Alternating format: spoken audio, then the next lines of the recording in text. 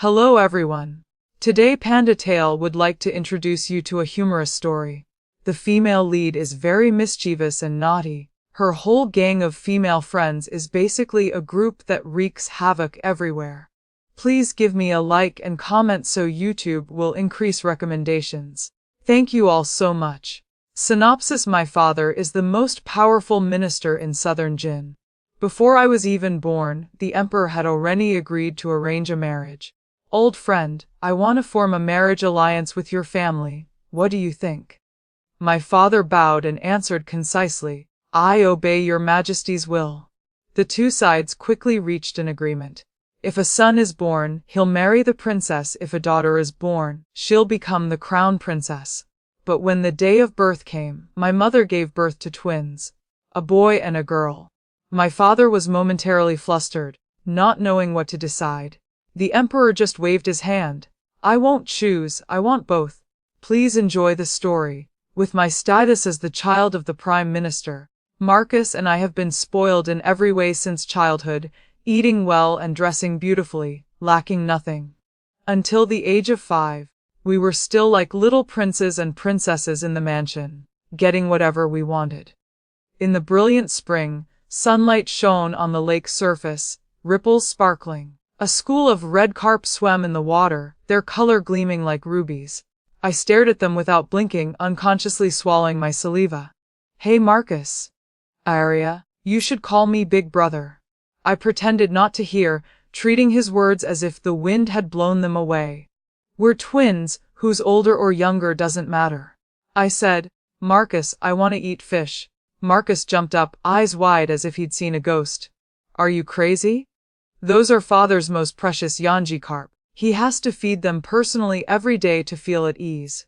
I didn't change expression, tilting my head to ask, do you think grilled or steamed tastes better? Marcus was pulled into the train of thought and seriously answered, steamed perhaps. The fish broth would surely be very sweet. All right, steamed it is then. As he said, so we did. The fat fish in the pond had been raised to the point of stupidity. As soon as we scattered food, they came rushing over, mouths open waiting. Some even rubbed their heads against our hands, urging us to hurry up and feed them. So catching one wasn't difficult at all. That fish was indeed tender and sweet, becoming addictive after just one taste. Before long, half the fish in the pond were gone. Father finally discovered it and immediately summoned us both for questioning. Marcus Sterling, Arya Sterling, where are my fish? Marcus and I looked at each other, then simultaneously knelt down. Father, we know we were wrong. I quickly tugged at his robe hem, looking pitiful. Father, you can't really blame us. Those fish just looked too delicious. We only wanted to taste them. So you're saying it's the fish's fault? Father gritted his teeth in anger, pointing at us too, his hand trembling with rage. Moreover, just tasting resulted in eating half of them. I laughed awkwardly.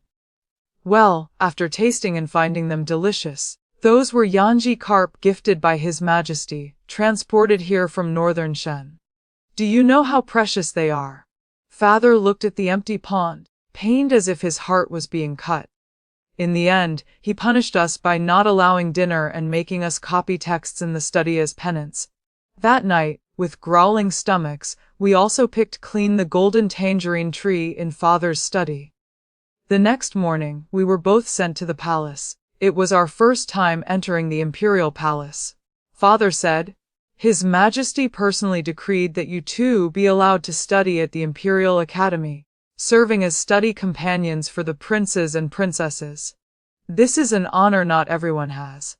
But I think he actually just wanted to send us away, handing us over to the grand tutor in the palace for discipline, to cause less trouble at home. On the first day of class, Crown Prince Alexander grabbed my hand and asked, Little sister, why haven't I seen you before? Because she's not your sister, she's mine. Marcus calmly took his hand and placed it in the hand of third Princess Lily beside him.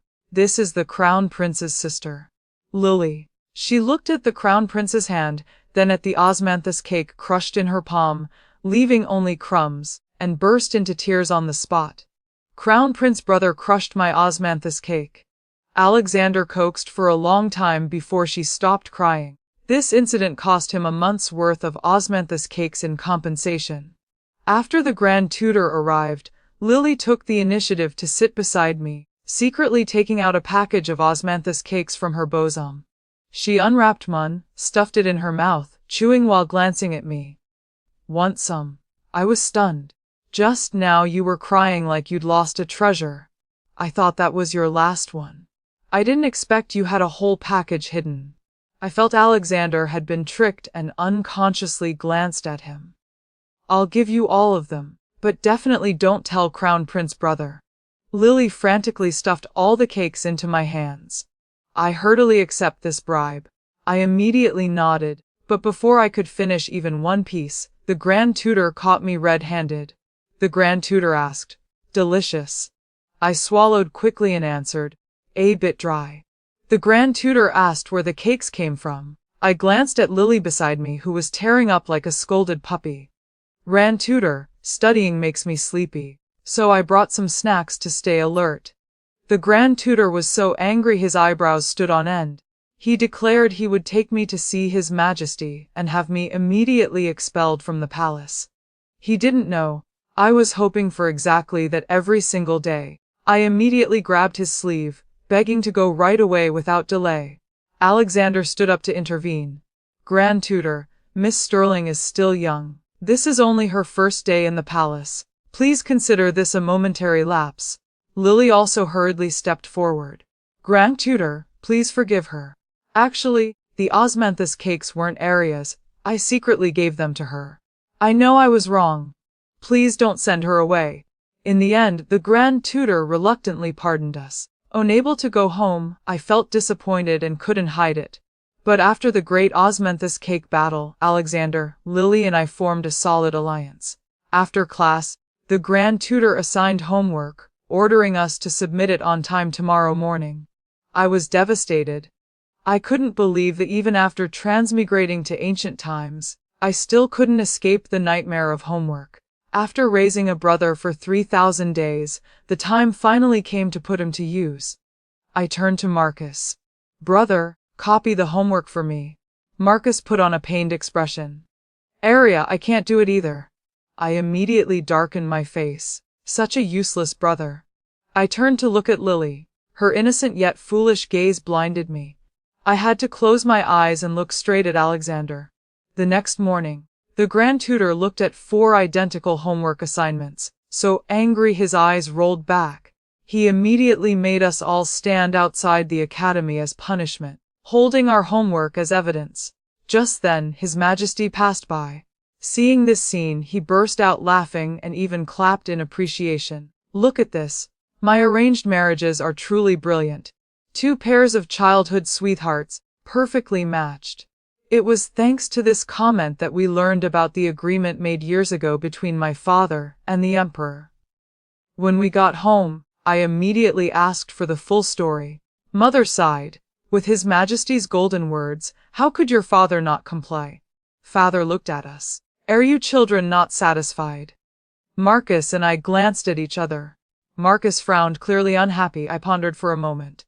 The Crown Prince doesn't look bad. Let's just wait and see how things go. Father's expression changed several times before he finally took a deep breath and made up his mind. His Majesty hasn't formally issued an imperial decree yet. There's still time. If you really don't want this later, even if this old man has to risk his life, I'll find a way to help you escape. Marcus and I were both stunned, simultaneously lowering our heads. Father was willing to risk his life for us. How could we let him bear this burden alone?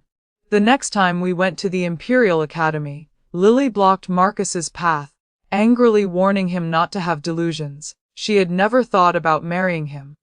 Marcus turned and left. You're being delusional on your own. Even if you wanted to marry me, it wouldn't be my turn to nod in agreement. Lily's face flushed red.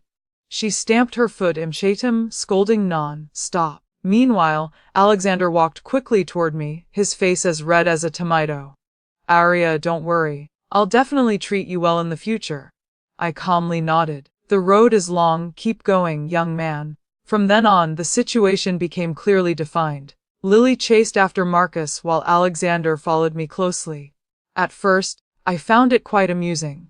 Having someone always trailing behind. When I was thirsty, there was water. When I was hot, there was a fan. Even during lectures, he would take 2 sets of notes, giving one to me. But being pampered unconditionally eventually made me feel awkward and then uncomfortable. That day, Alexander brought his notes again. I didn't accept them, holding up a book in my hand. No need, I've already taken my own notes. Why are you taking notes yourself? Alexander was surprised, his voice full of astonishment. This question sounded like an interrogation. I got annoyed and spoke harshly. Why can't I? Do you think I'm incapable? Alexander was stunned by my scolding, stepping back 2 paces, lowering his head and mumbling. I just thought you're still young, with weak hands. Writing for long would be tiring. Isn't sincerity supposed to be the ultimate weapon? I immediately felt regret, but this didn't shake my determination. I apologized to him and seriously made it clear that from now on, I would do my own note-taking. Alexander reluctantly agreed, but after writing for a few days, my hands started hurting. Don't underestimate Alexander even though he's just a 7 or 8-year-old child. He really could predict things. The grand tutor lectured a lot and quickly, so we had to take many notes. I had never practiced calligraphy before, just lying around at home, so it was easy to hurt my hand. But I didn't say anything, especially couldn't let Alexander find out. Honestly, I couldn't bear this loss of face. But very soon, he still discovered it. That day after class, he pulled me aside and looked at me very seriously. Why didn't you tell me? I played dumb. Tell you what? He frowned even higher and held out his hand. I couldn't resist him and could only extend my hand. He said nothing, just took out medicinal ointment and began applying it for me. The cool sensation was very comfortable. Looking at his serious expression, I curiously asked him, Alexander, why are you so good to me? He looked up at me once, then lowered his head to continue applying the medicine. Father Emperor said you'll be my crown princess in the future. Naturally, I must treat you well. Hearing this answer, I felt somewhat disappointed. Is that all? But that's not actually the fundamental reason. Alexander finished applying the medicine, seeming to be in a much better mood. I asked further, then what's the fundamental reason? His face immediately turned red, seeming a bit embarrassed, but he still answered honestly. I treat you well because I like you. I was shocked. What do you like about me? Alexander's eyes sparkled brightly. You're cute and very brave and righteous. When we get married, you'll definitely help me like you help Lily, right? I didn't expect him to see me as someone who takes blame for others. But when I took the blame for Lily, I really just wanted to be expelled from the palace and go home to laze around. I saw intense longing in Alexander's eyes. I rolled my eyes. You're the crown prince. You'll have many people to help you in the future. Do you still need me? His expression immediately became dejected. But I don't want them. They only know how to watch me like a prisoner, always reminding me not to make mistakes. If I make even a small error, people around will attack and criticize me. Mother Empress will punish me too, saying I've lost the bearing of a crown prince. Father Emperor will also be unhappy, telling me that as a crown prince I should act more cautiously. But I'm really tired. I've clearly tried very hard to be a good crown prince. Is being a country's crown prince that easy? I suddenly felt Alexander was quite pitiful too, still just a child but bearing such great pressure. Alexander looked at me expectantly. But you're different. You don't worship the emperor like others do when dealing with me and Lily. You treat us more like normal friends. Last time when we copied homework together, I clearly knew we'd be punished, but I was still very happy because I finally had friends.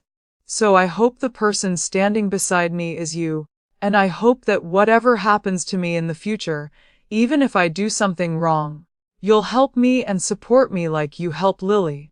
I immediately understood. He didn't want to find someone to take blame, but wanted to gain a supporter. In the end, this child was too lonely and lacked love. I was immediately filled with sympathy. Patting him, I excitedly said, "No problem. From now on I'll protect you, as long as you continue being a good crown prince." Alexander jumped up with joy. After a moment, he looked at me in confusion. "Arya, what makes a good crown prince?" This question was a bit complex. I thought for a moment. "I'm not really sure either, but I think the most important thing is to be good to the people." Alexander nodded without hesitation. "All right. From now on I'll definitely be a crown prince who's good to the people." I don't know why, but I felt Alexander would definitely succeed. At least for now, his heart was pure. In any case, I no longer resisted his closeness. Alexander returned to his pattern of taking care of me everywhere. I felt a bit unnatural at first, then began to comfortably accept it. Consider it as a younger brother being filial to his older sister. But as an older sister, I wasn't fulfilling my duties, because when it really came time to make mistakes, Alexander would admit fault and accept punishment much faster than me. I even questioned him once. "Didn't you say you wanted me to help when you made mistakes? Now doing this makes me feel like I have no sense of accomplishment at all." Alexander just smiled gently to comfort me. "But I didn't really mean for you to take blame for me. I just wanted that even if I made mistakes, you'd still always be by my side. I'm the crown prince and you're a citizen. If I want to be a good crown prince, naturally I must protect my citizen. You well." My heart softened, but I was also very troubled. This kid really knew how to sweet talk, making it impossible to be angry with him. Gradually we grew up. Besides studying, we would venture out of the palace together. Lily's favorite place was Fragrant Pavilion in the west of the city, because their pastries were the best in the entire capital. She stuffed her mouth full of walnut cakes while eagerly pulling me along. "Arya, I still think all these pastries aren't as delicious as the cream cake you made for me. I want to eat your milk cream cake," I said helplessly. "Cream cake takes too much time to make. I'll give you the recipe, have the palace chef make it for you." I said frankly that it was too tiring and I didn't want to make it. "Arya, you're so wonderful." She immediately acted lovesick and leaned into my arms. Marcus blocked her with one hand and pushed her away. "Get lost. Marcus, what are you doing?" She immediately glared at him angrily. Marcus leisurely took out a handkerchief from his bosom to wipe his hands. "Your hands are dirty. Don't soil Arya." Lily looked down at the cake crumbs on her hands, somewhat embarrassed as she looked at me. "Sorry, Arya." I shook my head and smiled at her. "It's fine, just some cake crumbs. I don't mind at all." Lily immediately felt relieved, but seeing Marcus's hand wiping motion, she couldn't do anything but puff up like a pufferfish. "My hands are dirty, but my head isn't." "Why are you wiping your hands? Your hair has oil in it. Who knows how many days it's been since you washed it?" "That's because I applied hair oil this morning, you scoundrel." Lily got angry and immediately lunged at Marcus. The two wrestled into a ball while I quickly protected the food on the table. Alexander habitually shielded me in front. Seeing I was fine, he sighed helplessly. "Those two are always like this. When Lily marries over there, it'll be so noisy." As soon as he said this, the two who were wrestling froze simultaneously. Lily's face turned purple-red. "Who wants to marry him?" Marcus's eyes darted back and forth. "I never said I wanted to marry you either." Lily glared at him. "You don't want to marry me. Then I do want to marry you. I want to be Arya's sister-in-law and play with Arya every day without bringing you along." Marcus's face darkened as he looked at her with a complex expression. "So are you marrying me or marrying Arya?" Lily choked. None of your business." She turned and hugged me, excitedly saying, "Arya, when I become your sister-in-law, let's open a pastry shop together. We'll split the profits 70-30, okay?" I tried to hold back my laughter and nodded. "Of course." Lily immediately smiled and proudly raised her head at Marcus. Marcus rolled his eyes at her, muttering under his breath, "Only knows how to eat. Wonder if she can even support herself in the future." When we returned to the mansion, Alexander knocked on my carriage from outside. I pushed open the curtain with my head and stuck it out the window. "What is it?" He burst out laughing. I can't understand what I'm looking at? What are you laughing at? Nothing. He cleared his throat lightly, face serious. Just suddenly thought of the pet I keep in the Eastern Palace. I immediately withdrew my face. Don't think I don't know your pet is a turtle. Are you saying I'm a turtle sticking its head out? Alexander was really bold. I reached out to hit him, but he caught my hand. When I pulled my hand back, there was a gold ingot in it. He smiled, eyes bright as he looked at me. Arya, how much space is left in your little treasury to fill? This kid was always scheming against me. Growing up, his pure feelings for me had completely changed. He started thinking about marrying me home. From childhood to now, every time we met, he would bring me all kinds of gifts. Small ones like unique dolls, large ones like agate and jade jewelry. I accepted them all and finally told him, I still prefer gold ingots. After that, every so often, he would give me a gold ingot. He asked me, when the gold ingots he gave could fill my treasury, could he marry me? I didn't know if I was dazzled by his smile or blinded by the golden light, but I accidentally agreed. Now hearing his question. Still a long way to go. All right. Alexander was somewhat disappointed. Looks like I need to work harder. With that, he reached out and pulled out another gold ingot. I opened my eyes wide. There's more. I plan to marry you home next year. Of course I need to speed up. I froze. In less than a year, I'd have to marry Alexander. Looking at the handsome young man before me, my heart couldn't help but beat like a drum. Alexander's hand slowly reached out. I held my breath nervously, but in the end his hand only stopped at my hair bun, adjusting my hairpin. Arya, I'll go find more gold ingots for you. I might not be in the capital recently and won't be able to visit you often. You must take good care of yourself. I nodded dazedly. Before he left, I finally asked, Is it dangerous? He paused. What? I grabbed his collar, holding it very tightly. Is it dangerous? Where you're going? Alexander's eyes flickered, his gaze immediately becoming gentle. Not too dangerous. He placed his hand over mine. I'll definitely return safely. Not too dangerous meant there would still be danger. I looked at him for a long time, then hurriedly took out a brocade pouch from my waist and gave it to him. This is a peace charm my mother got from Hongfu Temple. I think it's quite effective. I'm giving it to you. I didn't originally believe in these things, but since I had transmigrated, I had started believing a bit. What if it worked? Alexander nodded, accepting the pouch. He looked at it for a long time before carefully putting it away like a precious treasure. I'll definitely return quickly. Wait for me. Seeing me nod firmly, he mounted his horse and slowly rode into the distance. Once Alexander left, my mood immediately deflated. Tusk. The daughter has grown up, her heart no longer at home. Marcus shook his head mockingly. Shut up. I glared daggers at him. Marcus obediently quieted, but as soon as we got home, he ran straight to our parents and began tattling. Father, mother, that troublemaker Arya gave away the peace charm you got for her to someone else. I couldn't believe it, staring at him wide-eyed. This grown-up still playing tattletale on me. Mother heard this and worried frantically. Arya, that peace charm was specially blessed by the Grand Master. Mother specifically got it for you to keep you safe. How could you give it to someone else? I didn't. It's not. I couldn't find the pouch. I tried to explain, but Mother talked so much I couldn't get a word in.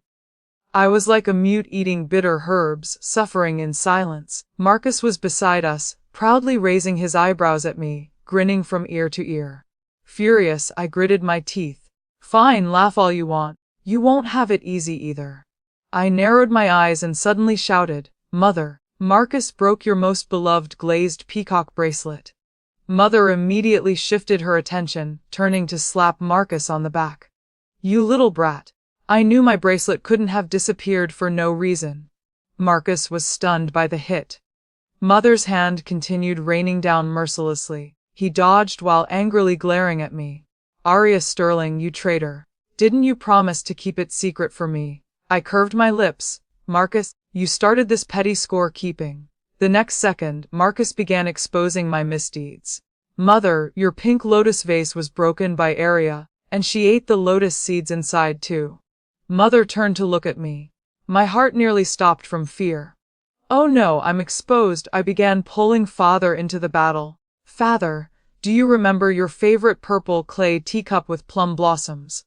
Marcus stole it, it's still in his room. And your autumn colors of Mountley painting. Marcus stole that and gave it to someone else. Father's amused theater, watching expression suddenly froze. Marcus clutched his chest, gasping. You dare bring that up? I snorted coldly. You were merciless first, so don't blame me for being unjust. Marcus fell silent for a moment, then looked at me with a strange smile. Father, have you wondered why the goldfish in your study keep changing? It's because Aria overfeeds them every time, causing them to die from overeating. Then she replaces them with new fish. Everything went dark before my eyes. Oh no, he's going for mutual destruction now.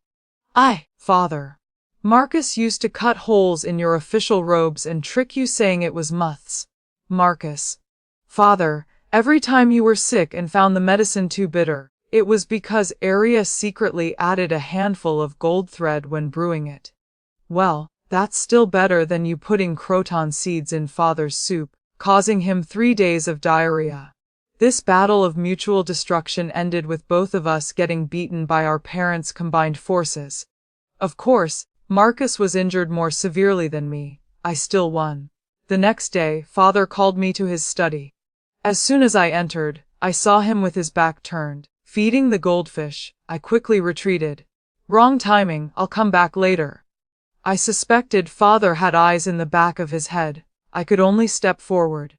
When I reached his side, I smiled ingratiatingly. Father, what did you need me for? Father's expression remained unchanged. Yesterday you gave your peace charm to the crown prince, didn't you? Father knew already. I nodded. Yes. Father looked at me. I told you children before that I'd give you time to choose. This action shows you've already accepted your choice. I shook my head. I wouldn't say I've chosen yet. It's just that for now he's the best option available. Father sighed. Aria, one should live happily in life. Never let yourself suffer grievances. I felt touched. In this era, even survival was difficult, living happily was even harder. But father always tried every means to give us the best things. I couldn't help but step forward and grab his hand, shaking it coquettishly. Father, what are you thinking? Who am I? I'm the daughter of Prime Minister Lord Sterling, Aria Sterling. How could I let myself suffer grievances? Father, rest assured, my choice will definitely be what I want. Father looked at me for a long time, confirming I was sincere, before relaxing into a smile and stroking his beard. That's good then, that's good. Your silly brother, I can tell at a glance he likes the third princess. But with you, I've never been certain. Now seeing this, I think this marriage arrangement isn't bad. I knew it. Marcus's obvious dislike for Lily. Actually, everyone could see his feelings for her. Father pulled me closer to continue advising. I'm not worried about your brother, only about you. Since childhood, whatever I arranged, you accepted. You appear understanding but actually keep everything bottled inside. I'm just afraid even if you don't like it, you'll endure and suffer in silence. Tears welled in my eyes. Before transmigrating, I was an orphan. In the orphanage, I'd grown used to reading faces and acting according to adults' moods. Only that way could I be liked by others and live better. Coming here, after having my parents' love, I gradually became more willful. But some unconscious habits remained deep in my bones. I always thought I hid it well, but father still saw through me. I leaned my head on father's shoulder, pursing my lips and whispering, Father, I'm sorry for making you worry. Father patted my head. Why apologize to me? We as parents will worry about you children our whole lives. I just feel touched and want to find something to do. I took the fish food. Father, let me help you feed them. Suddenly father's expression froze. He snatched the fish food with one hand. Go away. Looking at the large door closing before me, I shook my head sadly. A father's love is like a landslide, here one moment, gone the next. Marcus's wounds healed quickly and he was soon bouncing around again. Having seen how handsome Alexander looked riding horses, he was very envious. As soon as his wounds healed, he immediately went to the horse ranch to learn riding. Lily was also very interested in this and went along. As for me, since I'd already learned riding with Alexander before, I was too lazy to join them. So every day I was alone, if not at home, then eating at Fragrant Pavilion. Unexpectedly, a few months later I met 4th Prince Henry at Fragrant Pavilion's entrance. The emperor had many descendants, but only 3 princes were coming of age. Crown Prince Alexander ranked 2nd. Besides him there was only the eldest prince guarding the border, and this 4th prince before me. Usually the 4th prince and I studied together at the Imperial Academy. Though we didn't interact much, we were acquainted enough to exchange greetings. 4th Your Highness. Henry had a gentle, refined bearing but didn't avoid approaching me. He looked at me in surprise. So it's Miss Sterling. Does Miss Sterling have some important matter here? Well, if eating counts as important matter, then yes. Henry lowered his head and chuckled softly. Miss Sterling is indeed interesting. No wonder Crown Prince enjoys your company. I smiled politely, thinking to myself, why hasn't he left yet? Henry showed no awkwardness and asked again. Since the Crown Prince isn't here, I wonder if I might invite Miss Sterling to dine together. Hearing this, I immediately stopped smiling, feeling something was off. It seemed I wasn't being paranoid, he was deliberately targeting me. I wanted to see what he was up to, so I nodded in agreement. Throughout the meal, Henry ordered everything, but among the dishes were several of my favorites. To say he hadn't investigated would be unbelievable. I was too lazy to beat around the bush with him and said directly, 4th Your Highness knows me quite well, even knowing what I like to eat. Henry laughed awkwardly. If I said it was coincidence, Miss Sterling surely wouldn't believe it. You're right, I indeed don't believe it. I fired back rapidly. The smile on Henry's face immediately stiffened. He could only say, not being able to open the conversation leaves me not knowing how to speak. I kept eating without even glancing at him. If Your Highness doesn't know what to say, then don't say anything. Talking while eating really affects digestion. Henry fell silent. He finished the meal in extreme frustration. Finally, before leaving, he spoke. The Crown Prince has been gone for a long time. He surely didn't tell Miss Sterling where he was going, did he? My heart tightened. I stared at him intently. If 4th Your Highness has something to say, just say it directly. He went to the border. Southern Jin and Northern Shen are about to go to war. He probably won't be able to return. If Miss Sterling doesn't mind, you could consider me a little. He said this with a half smile, then stuffed a jade pendant into my hand and waved goodbye. I held the heavy jade pendant, watching his retreating figure. Alexander, someone wants to dig up your corner wall, aren't you coming back? When I got home, I wanted to find father but discovered he wasn't back yet. I suddenly remembered that these past few days he'd been leaving early and returning late. The 4th Prince also kept sending me invitations to go out. My heart grew increasingly uneasy. After several days, I finally caught father. His expression was unusually serious. Looking at Marcus and me, he said, the capital has been unstable lately. You two must stay home obediently, don't go out anymore. Understand? But Marcus was very unhappy but obediently quieted under father's gaze. Father looked at me for a long time, wanting to speak but stopping. Finally, he only left one sentence. Arya, watch your brother more carefully. I nodded thoughtfully. No need to ask further. Henry wasn't wrong. There really was a problem at the border. What about Alexander? Could he return? As time passed, news about the war between Southern Jin and Northern Shen spread increasingly in the capital. There were even rumors that Crown Prince Alexander had been captured by Northern Shen. Marcus carefully came to comfort me. Arya, don't worry. The Crown Prince is blessed with good fortune. Nothing will happen to him. I just smiled at him, telling him I was fine. But looking at his expression, he seemed even more worried. After sending Marcus away, I went to the small storage room. Looking at the room full of gold ingots, I no longer felt the joy I once had. If possible, I'd rather not have these things. I just hoped Alexander could return safely. I gave all these gold ingots to Father, asking him to exchange them for supplies to send to the border to support the army. Father looked at me with complex eyes and nodded in agreement. A few months later, news came from the border. Southern Jin had suffered consecutive defeats. Crown Prince Alexander was severely injured and unconscious.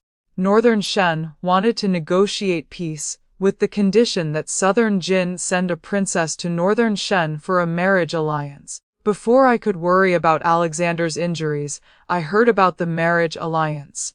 And the only Southern Jin princess of marriageable age was third Princess Lily. I had just stepped out the door when I met Marcus with red-rimmed eyes. I want to enter the palace. I'll go with you. We went to Lily's Xiang Palace, but only I was allowed in. Marcus was refused at the door. Entering the room, I glanced over and saw a figure curled up on the bed, looking small and pitiful. I walked over slowly and gently stroked her head. Lily, I'm here. Lily turned around. I saw her face covered in tears, her eyes red and swollen beyond recognition. Her birth mother died early, and now Alexander wasn't here either. She had no one to trust in the palace, and didn't know how long she'd been crying alone in the night. Seeing me, she immediately dropped her defenses and threw herself into my arms, crying loudly. Arya, I don't want to go to Northern Shen. Then don't go. Why should our Southern Jin princess go to such a bitter, cold place? I don't want to marry someone I've never met either. Then don't marry. Which Northern Shen king deserves our Southern Jin princess? Our Lily deserves to marry the best person in the world. I spoke firmly. Lily stopped crying and smiled through her tears. Paft, Arya, you're getting more and more unreasonable. Seeing her calm down, I used a handkerchief to gently wipe the tears from her face, speaking softly, I'm serious. In my eyes, our Lily is the most beautiful in the world. She's more than qualified to marry anyone. Lily was touched and looked at me silently for a long time. When tears were about to fall again, she turned to look outside the door. She looked at the figure outside, asking as if unintentionally, What about your brother? Am I more than qualified to marry your brother too? I followed her gaze outside. A familiar figure was pacing back and forth outside the door, occasionally looking inside, anxious as a monkey with its tail on fire. I smiled and said, Marrying him. You could marry him 800 times over and still have extra. Lily smiled too, but it was incomparably bitter.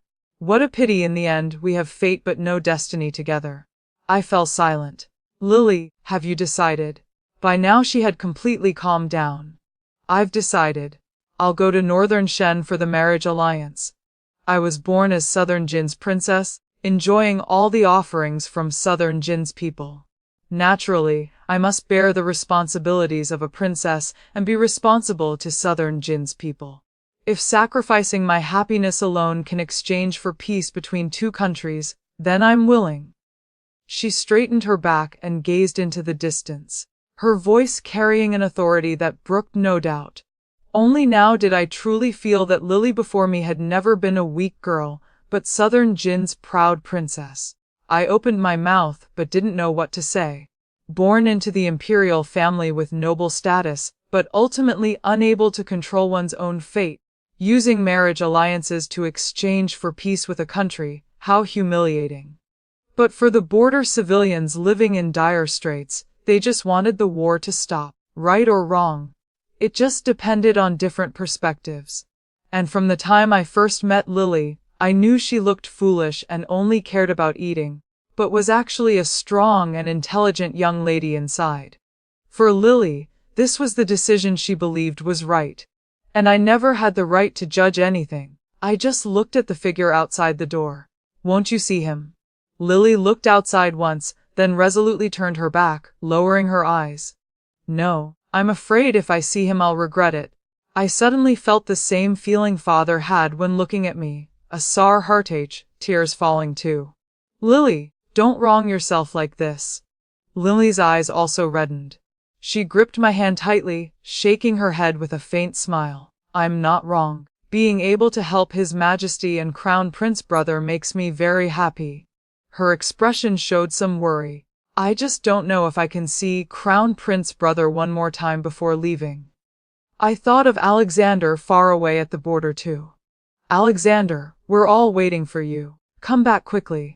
After going outside, I immediately faced Marcus's expectant gaze. I shook my head. Let's talk at home. Marcus was full of doubts but still followed me out of the palace, looking back 3 times with each step. As soon as we got home, he couldn't wait to ask me, what did Lily say? Was she crying and making a fuss again? She agreed. Marcus's chattering voice suddenly stopped. He stared at me in disbelief. What did you say? Lily, she's willing to go for the marriage alliance. Impossible. I'll go find her. She won't see you? She also told me to tell you. Didn't you always say you didn't want to marry her? Now you've gotten your wish. She wishes you'll find a beautiful match and form a good marriage in the future. Marcus seemed struck by lightning. Stepping back several paces, like someone who'd lost all strength, he slumped into a chair. I hurried to support him. He gripped my hand tightly, looking panicked. Arya, is she saying this to blame me? All those times I said I didn't want to marry her, I was deliberately teasing her. Seeing her get angry and hit me made me happy, but that wasn't real.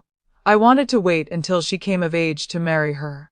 With that, he shakily took out a brocade pouch from his bosom, then pulled out 2 red jade rings from inside and held them before me. Arya, look, I've already prepared the wedding rings you mentioned, and I made them myself. How could it be? How could I be one step too late? His voice was hoarse, tears falling drop by drop, and finally he began crying loudly. It's my fault. I couldn't tell her my feelings early enough. I couldn't marry her in time. Since childhood, I'd seen him in all states, but this was my first time seeing him like this. I was somewhat at a loss, patting his back to comfort him. It's not your fault. Lily knows your feelings, she's always known. This fool Marcus, we could all see his feelings. How could someone as smart as Lily not know? Marcus still looked at me in disbelief, choking out. If she knows, why would she say such things? She just wants you to stop thinking about her. Wants you to find someone you like again. She sincerely wishes you well. Marcus fell silent. He carefully put away the rings and tucked them close to his body. Then he looked at me, face deathly pale. Arya, help me tell her, I don't accept her well wishes. With that, he turned and left. That night, Marcus went to father's study. I don't know what they discussed. I only know that the next day, Marcus went to the military camp outside the city. Before leaving, he came to find me. His face had returned to its previous playful smile. Sister, I've found my life's aspiration. I want to join the army and become a great general, protecting our homeland. But I won't be able to protect you anymore. You must take care of yourself. With that, he patted my shoulder and turned to leave. The youth who only knew how to play seemed to have matured overnight. Looking at his retreating figure, I couldn't hide the sadness in my heart. Tears naturally fell. I couldn't help calling after him. Brother, don't overwork yourself in the barracks. Make sure to take care of your health. Marcus stopped and turned back, eyes also red. He quickly walked back and hugged me, speaking softly. After all these years, hearing you call me brother wasn't easy. Arya, I'm leaving. Take care of yourself. I cried until I couldn't breathe, nodding continuously. Later I told Lily about Marcus joining the army. She was silent for a long time, somewhat puzzled. He's always been afraid of hardship. Why would he do this? That's right, we all knew Marcus feared hardship. He used to complain about leg pain when learning horse riding, yet now he wanted to go to the military camp. I pretended to smile lightly. Who knows what madness struck him? He said he found his life's aspiration or something. Said he wanted to become a great general protecting our homeland. After Lily heard this, her eyes grew moist. She closed her eyes and murmured, "Was it necessary?" I knew she understood. Marcus joined the army only because Southern Jin's defeats forced her into the marriage alliance, and he wanted to win. Even if he wins, I still can't return. Lily gripped both hands tightly, her voice as soft as a sigh. Since the marriage alliance edict was issued, Marcus didn't return. He only sent someone to deliver a letter and a ring. I gave the items to Lily. She read the letter and burned it. When putting on the ring, she cried inconsolably. Arya, he told me he's giving me the wedding ring, considering that he's married me for this lifetime. She looked at me and smiled, but to me that smile was incomparably ugly. She said, "How wonderful. I've also married the person I wanted to marry once." I heard Alexander had returned. It was raining heavily. His carriage and the eldest prince's carriage were both at the front of the army. I could see them. I stood in the crowd, saw him through the carriage window, and excitedly waved at him. But seeing him calmly lower the curtain and hurry past me, he'd clearly looked in my direction. Was it because the rain was too heavy that he didn't see? I decided to go directly to the Eastern Palace to find him, but he avoided me, then entered the palace to see the Empress. By then I knew he was avoiding me. I couldn't catch him for 5 consecutive days, asking Lily to help me enter the palace, but as soon as I entered, I heard he'd left the palace. I left the palace to find him, but servants reported he'd gone to the estate outside the city. When I went to the palace again to catch him, I met the eldest prince and 4th prince at the palace gates. 4th Prince Henry still had his refined noble son appearance, while eldest Prince William had a sturdy build with a murderous aura. One look showed he'd been forged in the military. When Henry saw me, his eyes lit up. He introduced me to William. "Elder brother, this is Miss Arya Sterling, daughter of Prime Minister Lord Sterling. She's the crown princess designated by Father Emperor." William raised an eyebrow with interest, looking me up and down.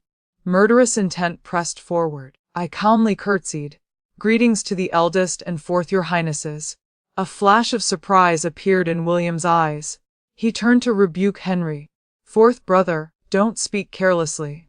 Miss Sterling is still unmarried in her boudoir. Wouldn't saying such things damage her reputation?" Then he looked at me with deep eyes. "Moreover, with the crown prince in such a state, about to be deposed, what crown princess are we talking about?" These words were deliberately said for me to hear. He just wanted to see my reaction. I tried to stay calm, but my heart couldn't help panicking. What finally happened to Alexander? Why would he be deposed?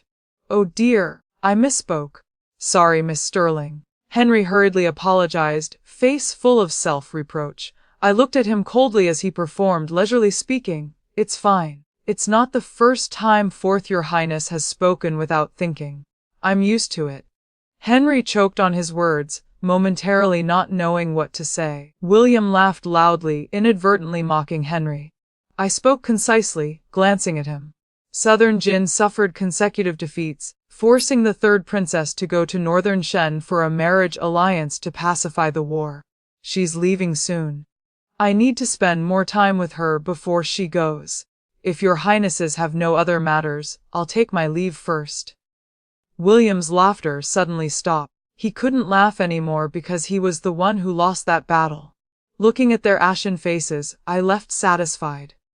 As soon as I arrived at Lily's Joyang Palace, I saw Alexander coming out from inside. He sat in a wheelchair, face deathly pale, body thin and weak, slightly hunched, downcast, without any light. From afar, I could feel his loneliness and helplessness.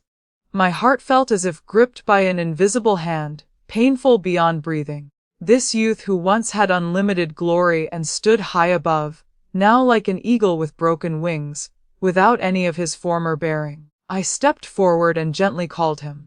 "Alexander." Alexander suddenly raised his head. The moment he saw me, he tensely gripped the wheelchair, tilting his head to avoid my gaze. When I walked closer and stood before him, I called him once more. "Alexander, look at me." He sighed, slowly relaxing his grip on the wheelchair, raising his head to smile at me with feigned ease. "Arya, why are you here? If I didn't come, were you planning to never see me again for the rest of your life?" Alexander fell silent. His silence gave me the answer, but I wasn't satisfied with it. I raised my hand and slapped him. Alexander was stunned by the slap. Before he could react, my hand rose again. The guards nearby surrounded us. Alexander grabbed my hand and shouted at the guards trying to rescue him to stand down. Even now, what he cared about first was still me. After everyone left, he looked at me in disbelief. Arya, what are you doing? What am I doing? Can't you see what I'm doing? I angrily shook off his hand and raised it again. Alexander grabbed me again, looking helpless. Arya, I'm still a patient, so what? You look quite energetic to me. Almost recovered, right?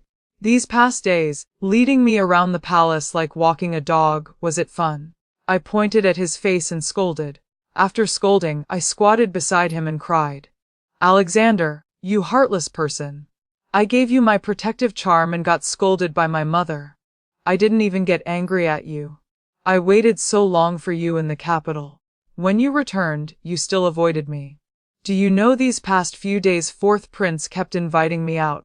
I refused them all. I even donated all the gold ingots you gave me to the border as military funds.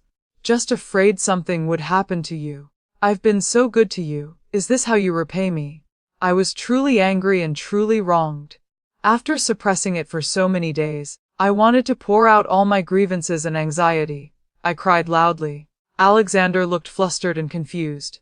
Like before, he unconsciously began comforting me, apologizing to me. Arya, don't cry anymore, it's my fault. I apologize to you. Please forgive me, okay? I'll never dare again. Please don't cry, okay? When you cry, I feel uncomfortable. When you cry, my heart hurts too, Paft. I raised my head to look at him. Alexander, you're being too dramatic. Alexander just looked at me silently. Arya, I'm serious. I looked into his ink-black eyes and lost focus, gradually calming down. Alexander also breathed a sigh of relief. He took out a handkerchief from his chest and gently wiped away the tears on my face. I quickly grabbed his hand. Alexander, I don't need you to fill my gold treasury anymore. Marry me. He froze, his expression shaken. But moments later, he suddenly pulled his hand away and lowered his head. His long lashes couldn't hide the gloom in his eyes. He smiled bitterly. Arya, you still don't know, do you? My legs can't be healed anymore. What do you mean they can't be healed? It means I'm crippled, broken. I'll never be able to stand up again for the rest of my life. His voice was full of despair. Each word hammered into my heart, making me feel incredibly heavy. I'd long known his injuries weren't simple, but only when hearing his words did I deeply feel how serious this was. The position of a country's ruler absolutely couldn't be given to a cripple. That's why the eldest prince said the crown prince would be deposed.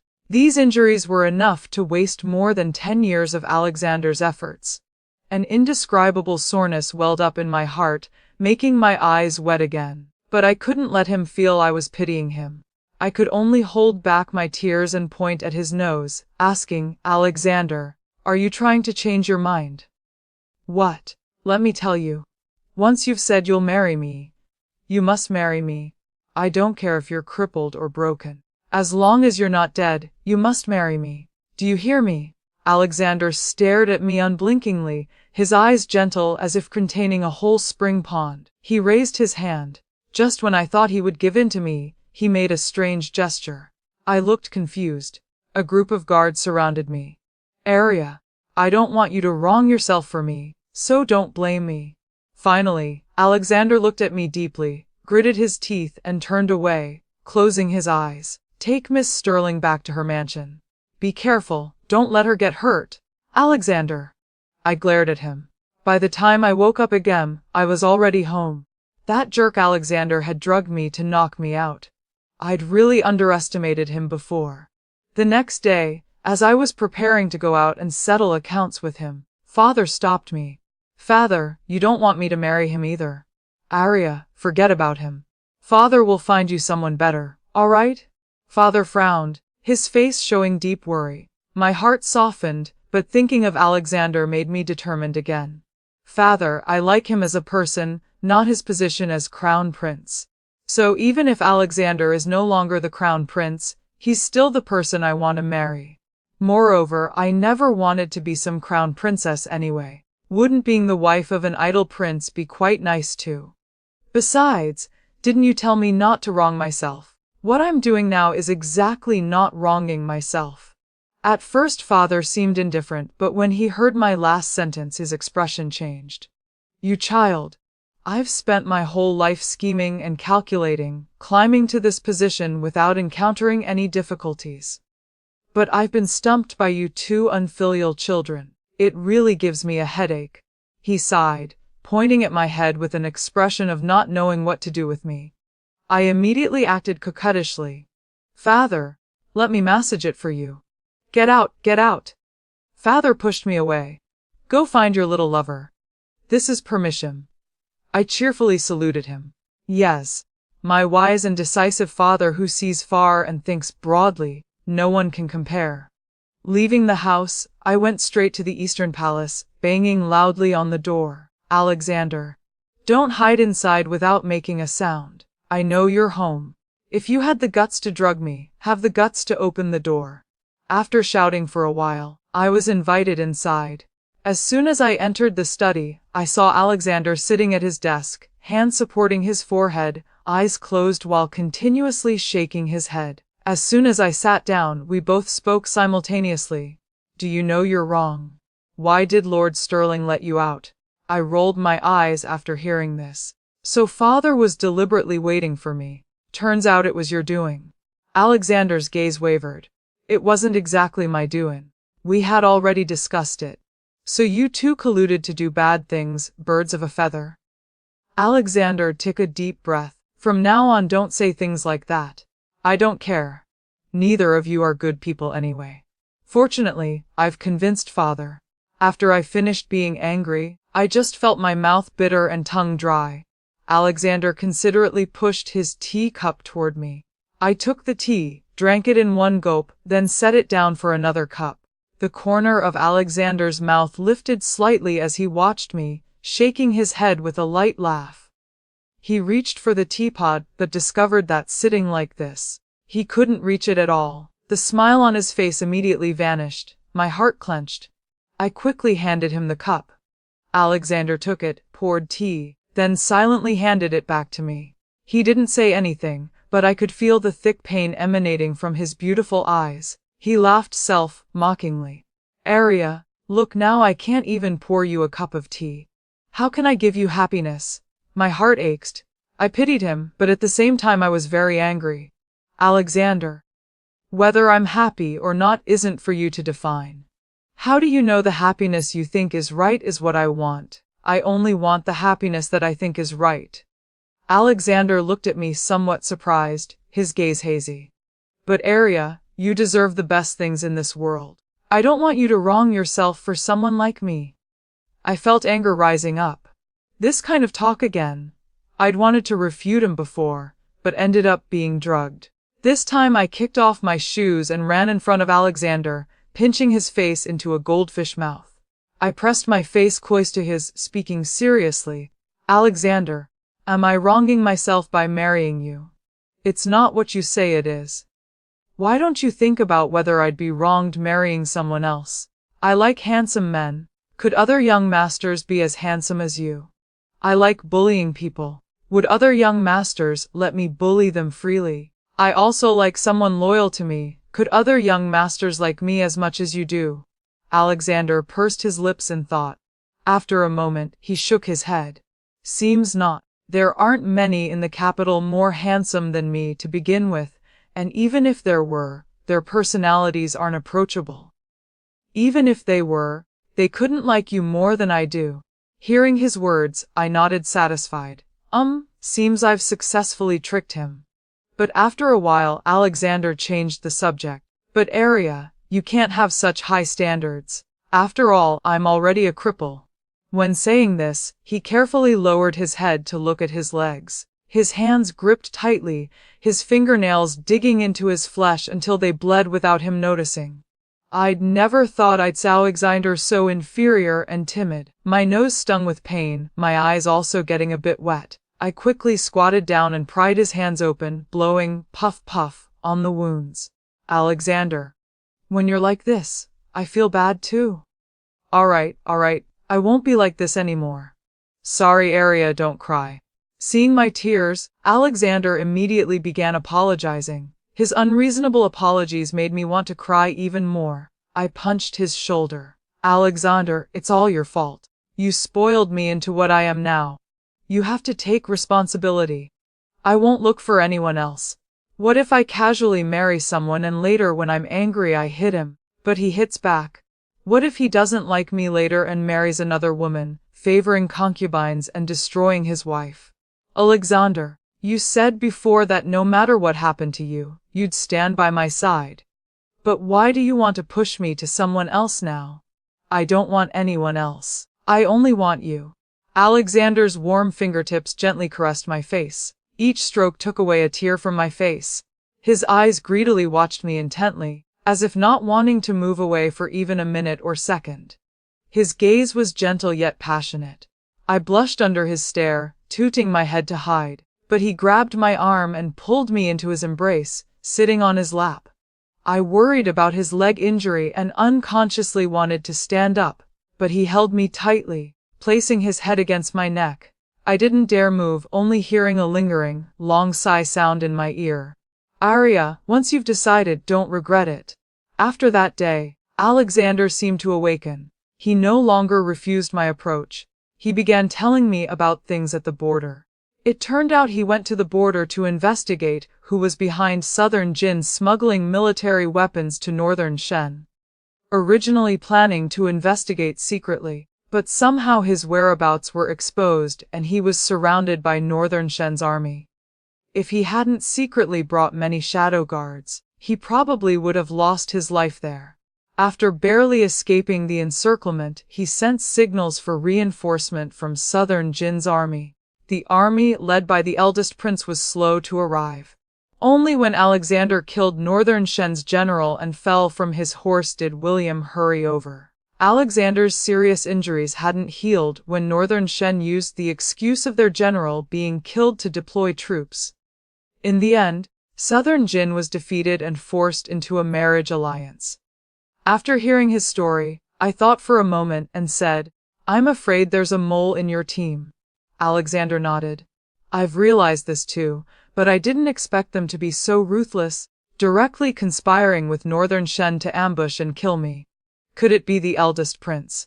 After all, his delayed reinforcement was also an important reason for Alexander's serious injuries." Alexander's hands unconsciously tapped on the table. "I'm not certain either, but if not him then it's fourth brother." Fourth Prince Henry was indeed suspicious. When there was no news yet in the capital, he came looking for me, even saying he was afraid Alexander couldn't return. But for the moment we couldn't figure out a conclusion. I looked at Alexander and asked him, "You've visited Lily, right?" "Yes." Alexander's expression was somewhat gloomy. "This happened because of me, yet I can't ask Father Emperor to revoke the edict.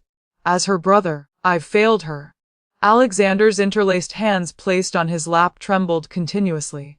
I held his hands and said, "This isn't your fault. Lily won't blame you either. But I can't help blaming myself. When I visited her, she even lied to me saying she'd wanted to see the snow scenery in Northern Shen for a long time, telling me to heal well and not worry about her." Alexander's voice was hoarse, tears falling continuously. I didn't know how to comfort him. I could only keep rubbing his back. In the following days, under my persuasion, he no longer hid his illness from doctors. He decided to try once more. Then the imperial physician told him, "If you persist with daily medicinal baths, combined with acupuncture and massage, practicing more, there's perhaps still a possibility of standing up." Alexander was overjoyed to the point of madness and began focusing on his leg injury every day. The treatment progressed gradually, but every day he would take advantage of, when I wasn't paying attention, to secretly try standing up from the wheelchair. He fell almost every time, then had to spend a long time crawling back up into the wheelchair. When I arrived, he would pretend nothing had happened, calmly smiling at me. If I hadn't been curious and secretly piqued during his acupuncture session, seeing his legs covered in bruises, I probably really wouldn't have known anything. But even though I knew, I wouldn't say anything. because that was the only dignity he had before me. I couldn't be cruel enough to destroy even that bit of self-respect. I could only silently watch him fall in pain, then crawl back up, fall in pain, then crawl back up again. At court, discussions about deposing the crown prince grew increasingly heated. Finally, a conclusion was reached before New Year's. The day the edict deposing the crown prince was issued, Alexander was extraordinarily calm. I was somewhat worried, but he comforted me, saying, "Wasn't this decided long ago? There's nothing to be sad about." But that night, he still stayed awake all night. The next day, his eyes had dark circles, and he lied to me that mice were making noise last night, so noisy he couldn't sleep at all. I'd be strange to believe him. Still, I worried about him and visited him every day. However, that day I couldn't find him. I only heard from servants that he'd been summoned to the palace early in the morning. After waiting a long time without his return, I got up to enter the palace to find him. I searched throughout the imperial palace and finally found him beside a pond in the palace. He sat in his wheelchair. Before him was a pond of withered lotuses. Seen from afar, his silhouette seemed incomparably lonely, as if he too was gradually withering like those faded lotuses in the pond. Suddenly my heart panicked. I hurriedly ran to his side. "Alexander, what are you doing here?" Seeing me arrive, Alexander didn't seem very surprised. But when he raised his head to look at me, those gloomy eyes suddenly lit up, filled with twinkling stars. "You're here." He held my hand, a faint smile blooming at the corner of his lips. "I'm admiring the scenery. Arya, look, these withered lotuses have their own unique beauty." I didn't care about withered lotuses. I cared more about why you're here admiring withered lotuses. I was unwavering, just wanting to get to the bottom of it. Alexander sighed, his voice somewhat aggrieved. "I don't want to either. Withered lotuses, beautiful as they are, aren't worth admiring for 2 whole hours. It's just that someone wants me to admire them." I was slightly stunned, looking around him. Everywhere were rough stone paths. Behind his wheelchair was placed a large rock blocking him, so he couldn't retreat. Only the path ahead leading to the pond was straight and smooth. Was this forcing him toward death? This undisguised malice made me feel extremely disgusted. I gritted my teeth and asked, "Do you know who did it?" He shook his head, not sure yet. I asked him again what happened when he entered the palace today. Alexander's expression was slightly cold, eyes downcast, revealing icy mockery. "Father Emperor summoned me to ask about the border smuggling matter. I faithfully reported some evidence and suspicious persons in detail, but was blamed for being ungrateful. He said since I broke my legs, I haven't been stable, and deposing me as crown prince isn't up for discussion. The position of crown prince isn't something someone with sinister thoughts like me can take on. He told me to go back to my mansion and reflect." Every word stabbed straight into the heart. Even I felt confused hearing it. That was his father, how much must Alexander's heart hurt? Alexander still appeared calm, continuing, "Before leaving the palace, I went to bid farewell to Mother Empress. I happened to encounter her teaching 14th brother. I was stopped outside. Mother Empress had someone pass on a message. She said from now on I should try not to go out anymore, and I don't need to visit her either. Just staying in the mansion cultivating my character would be fine." The Empress saw Alexander was deposed and shifted her hopes to her younger son. Was power really that important? No longer the crown prince, he was easily discarded, not even meeting face to face, even indirectly placing him under house arrest in the mansion. My heart shook. An unprecedented soreness wrapped around my heart. I just felt my chest tight and congested. "Alexander, they don't need you, but I do. You must not give up on yourself." I gripped his hand tightly, wanting to comfort him. Alexander looked at me and smiled gently. "Don't worry. I have nothing left to give up except you and this life of mine. And these 2 things I won't let anyone take away." After hearing Alexander's words, I finally felt somewhat relieved. The mastermind behind this was so vicious, able to command so many people in the palace to harm Alexander. They must have high status and great power. We're in the light while they're in the dark. For now we can only be more careful and guard against them. After taking Alexander back to his mansion, I felt uneasy because Lily was also in the palace. I went back to visit her. When I entered Joyong Palace, she was embroidering sachets. I asked curiously, "Lily, why are you making these? You never liked needlework before." Lily smiled with curved eyes. "I'm embroidering them for you and Crown Prince brother. You two are getting married next year. I probably won't be able to see it, so I can only prepare wedding gifts in advance." I froze.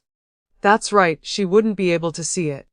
After New Year's, she would have to set off for Northern Shen. My eyes suddenly reddened. Lily quickly ran over to cover my eyes, warning, "No crying. You've cried enough before. We won't see each other anymore after this. Now we see each other one less time. Each meeting is precious, so now every time we meet we must be happy." Hearing her say this made me want to cry even more, but I still held back my tears and nodded repeatedly. Only then did Lily let go. Seeing I wasn't crying, she breathed a sigh of relief. She pulled my hand to the table, pointing at a pile of pattern books and asking, "Look, do you prefer mandarin ducks playing in water or dragons and phoenixes bringing prosperity? As long as you embroider it, I'll like it." I answered without hesitation, not even glancing at the pattern books on the table. Lily glared at me in annoyance. "You just don't want to look at the pattern books. You want to push choosing patterns onto me, yet you say such nice words. Is this how you sweet-talked Crown Prince brother until he was dizzy with love?" My face reddened. He wasn't sweet-talked dizzy by me. You'd argue with me the most, that's him. He's always managing me too. That's him pampering you, not wanting you to play recklessly and get hurt. Unlike Marcus, who only instigates me to cause trouble. Halfway through speaking, Lily suddenly stopped. Her smile disappeared immediately. I sighed inwardly. In the end, she still couldn't let go. Sure enough, after a moment I heard her hesitantly ask, "Is he coming back for New Year's?" I shook my head. "He has to train, not coming back." "Not coming back is good too." Her voice was so soft it seemed meant for herself. After a while, she couldn't help asking again, "Is he well? Is training very hard?" I answered each question. "He's very well. The general in his unit is someone he knew from cricket fighting before. He takes good care of him. Training is a bit hard, but he can endure it all. Don't worry about him. My brother has grown up." Lily nodded. The more she heard, the brighter her smile became, like warm spring sunshine, brilliantly radiant. "Without me, he's living very well. He'll surely get better and better in the future." "That's very good, I'm relieved." In a flash, New Year's Eve arrived. The emperor held a banquet to entertain all the ministers. Those of us who were relatives also attended. I hid behind father entering the hall. From afar I saw Alexander sitting alone in front, calmly watching the ministers exchange wine cups, as if none of it concerned him. I watched him for a while before he noticed me. He nodded at me, his face immediately relaxing. I winked at him. He smiled lightly, pointing at a pastry on the table with his hand. I looked at my table, found that pastry, picked it up to taste. My eyes lit up. Not bad, not bad, exactly the flavor I like. Alexander really understood me. I gave him a thumbs up in praise. While eating halfway, the emperor arrived. He looked much older than the last time I saw him. It seemed the recent court instability had consumed much of his energy. After saying a bunch of polite words, a gaze descended from on high. "Long time no see. Lord Sterling's daughter has grown so much. She's probably reached the appropriate age for marriage, hasn't she?" I suddenly felt like I'd been called on while goofing off in class. I panicked a bit and looked toward father. Father clasped his hands in salute. "Your Majesty, I can't bear to let my daughter leave home. I want to keep her for 2 more years. There's no rush for marriage." The emperor glared at him after hearing this, waving his hand. "Lord Sterling, that's not right of you. She's of age, even if not urgent. This marriage should be settled first." Father looked ashamed. "Your Majesty is right." The emperor held his wine cup, continuously swirling it. "I'm sure Lord Sterling still remembers our agreement." "I dare not forget my promise with your Majesty." My daughter and the second prince have known each other since childhood. They could be called childhood sweethearts with mutual affection. Their marriage should indeed be settled properly. My face heated up a bit. I raised my head and exchanged glances with Alexander, then immediately lowered my head. The emperor paused for a moment, put down the wine cup in his hand, raised his head to look at father, full of authority. The childhood sweetheart of Miss Sterling isn't just the second prince alone. And I remember what I promised Lord Sterling for Miss Sterling was clearly the position of crown princess. Now the second prince has been deposed. The whole venue fell silent. The crown prince position was still vacant, but a crown princess appearing first, who wouldn't overthink this? My heart panicked. Even my palms were sweaty. I raised my head to look at Alexander. His whole body trembled slightly. He pursed his lips tightly, his gaze cold, with a murderous air between his brows that made people fearful. Father remained as calm as ever. He smiled. Crown prince or prince, aren't they all your majesty's sons? I think the second prince is very good. They're all my sons. The emperor frowned for a moment, then suddenly clapped and laughed loudly. Lord Sterling speaks correctly. Father stroked his beard, smiling without speaking. The emperor changed the subject again. But I feel there's still a difference between crown prince and regular prince. After all, the one who can ascend to the emperor's throne can only be the crown prince. Among my remaining princes, who do you all think deserves this crown prince position? As soon as these words came out, everyone lowered their heads, silent as cicadas. Father's face also became obscure. The emperor's gaze swept over everyone in turn, sighing. Are my words that frightening? No one dared answer. He suddenly coughed violently, unable to stand straight. Everyone hurriedly called for the imperial physician. The emperor raised his hand to stop them, looking toward me. Since no one dares answer, then let Miss Sterling choose. Having the future crown princess decide who selects the crown prince, doesn't that sound good? With that, he was supported away from the banquet by eunuchs. From that day on, the eldest prince frequently visited our home. The fourth prince also continuously sent gifts. I hid in father's study, unconsciously kept throwing fish food into the pond. Father beside me wanted to speak, but couldn't. Finally, he couldn't help snatching the fish food from my hand. Stop feeding them. Feed more and I'll have to change the fish again.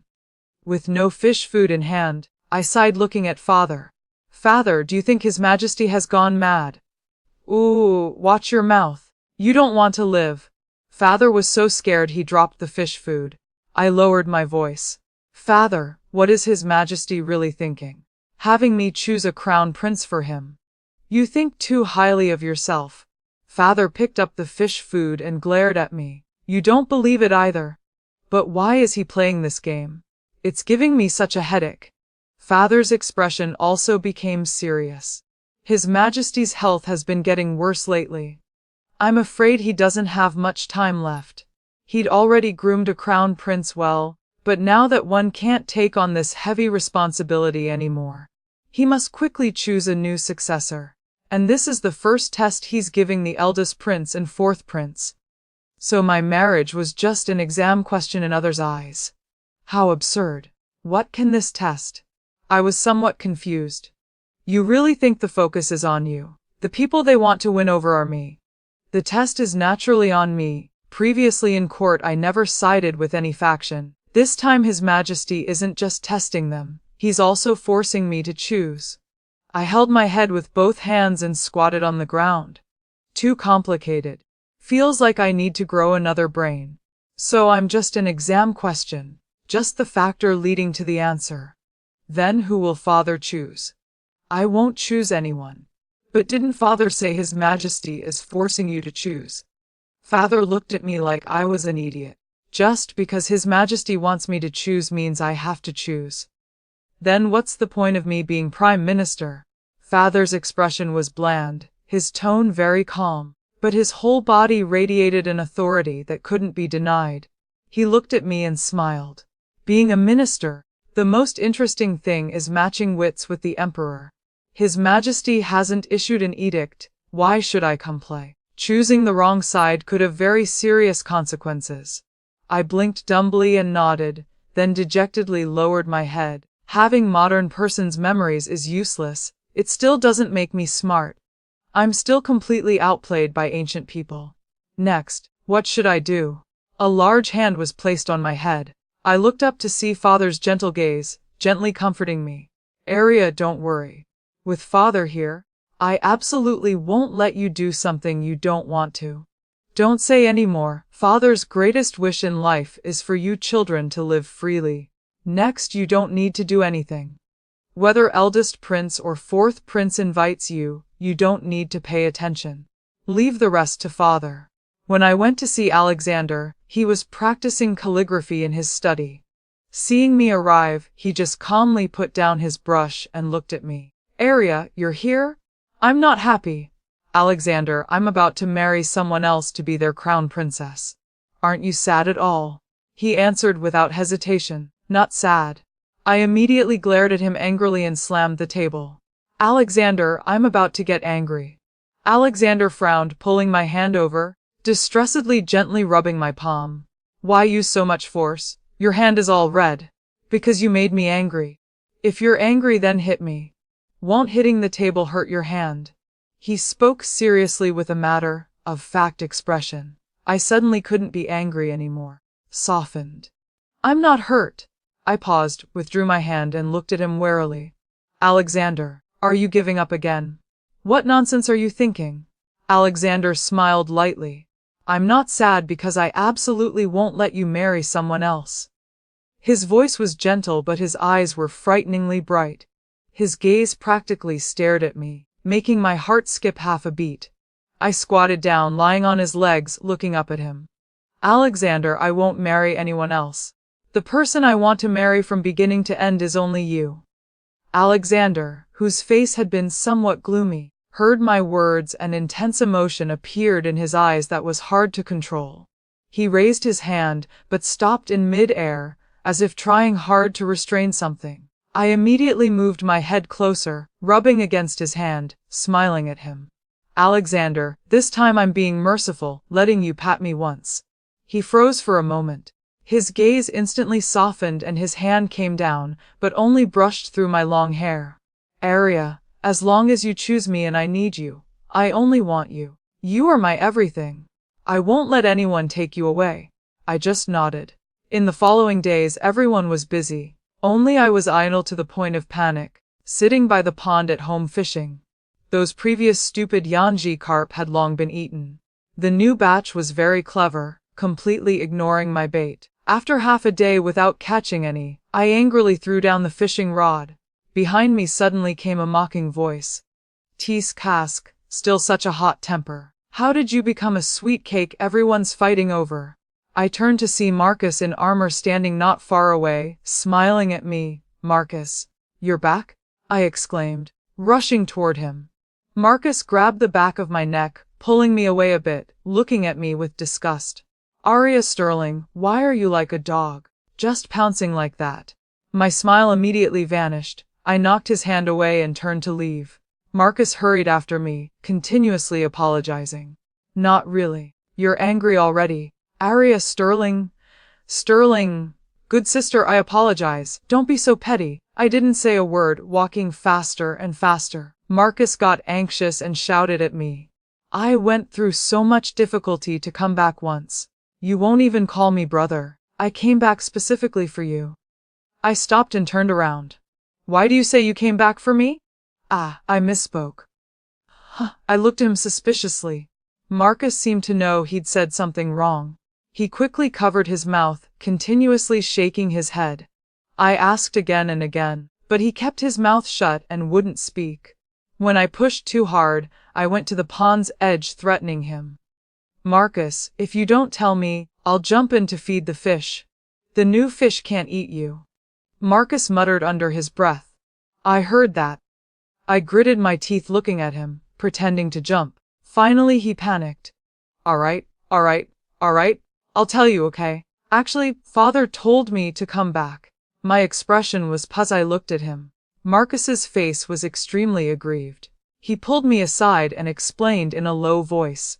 Eldest prince and fourth prince, don't you not want to marry either of them? I stared wide-eyed, looking at him in disbelief. You? Marry? Marry my ass. Father means for me to interact with them. Then why? So Marcus interacting with princes, wouldn't that also be taking sides in His Majesty's eyes? I didn't understand. Marcus was also confused. Let's go ask father. Father's face was full of I've been clever my whole life. How did I have two idiots like you? That was hard to put into words. What's my status? What's your brother's status? Can we be the same? Interacting with princes, for me it's forming factions. For your brother? Your brother is what? Marcus asked curiously. Father glared at him unhappily. He's a blockhead soldier. A small soldier interacting with princes, what can he do? What can it prove? I'm already a company commander now. Marcus retreated aggrievedly. I looked at him surprised. Wow, promoted pretty fast. Father looked down on him. Father is the prime minister, below one person, above 10,000. A tiny company commander, you dare speak up. When you become a great general someday, then talk. Marcus's face reddened, not knowing if from anger or embarrassment. Father's expression remained unchanged. In short, with both eldest prince and fourth prince, you must interact with both. Marcus dejectedly nodded. I understand. I suddenly understood, choosing both sides was equivalent to choosing neither. Even if discovered, it wouldn't matter. With Marcus's status, at most he'd just get beaten with sticks. Thinking of this, I felt somewhat sorry for Marcus, but also somewhat touched. After all, he was doing this for me. Marcus was indeed talented at making friends. He quickly became close with both the eldest prince and fourth prince, like a master of time management, completely preventing either from noticing. Alexander was also very busy. Every day he didn't know what he was doing, even the time we met decreased.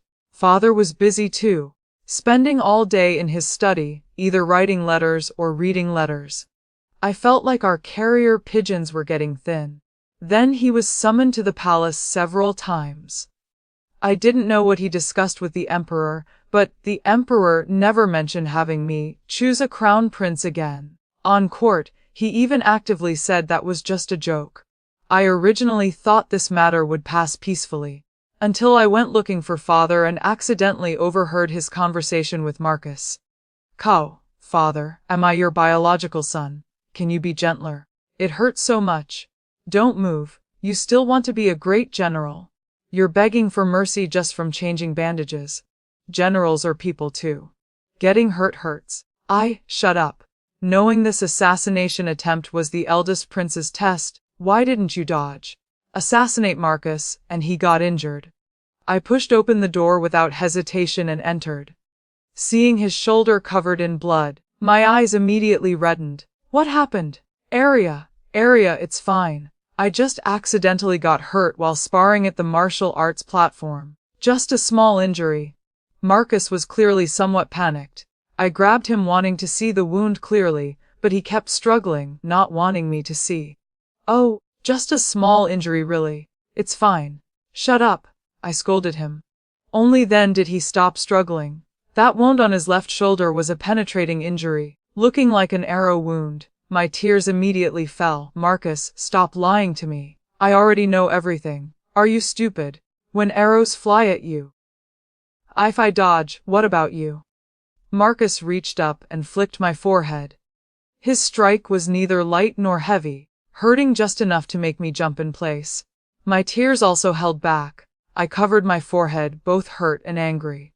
At worst I'll just marry. No need for you to risk your life like this.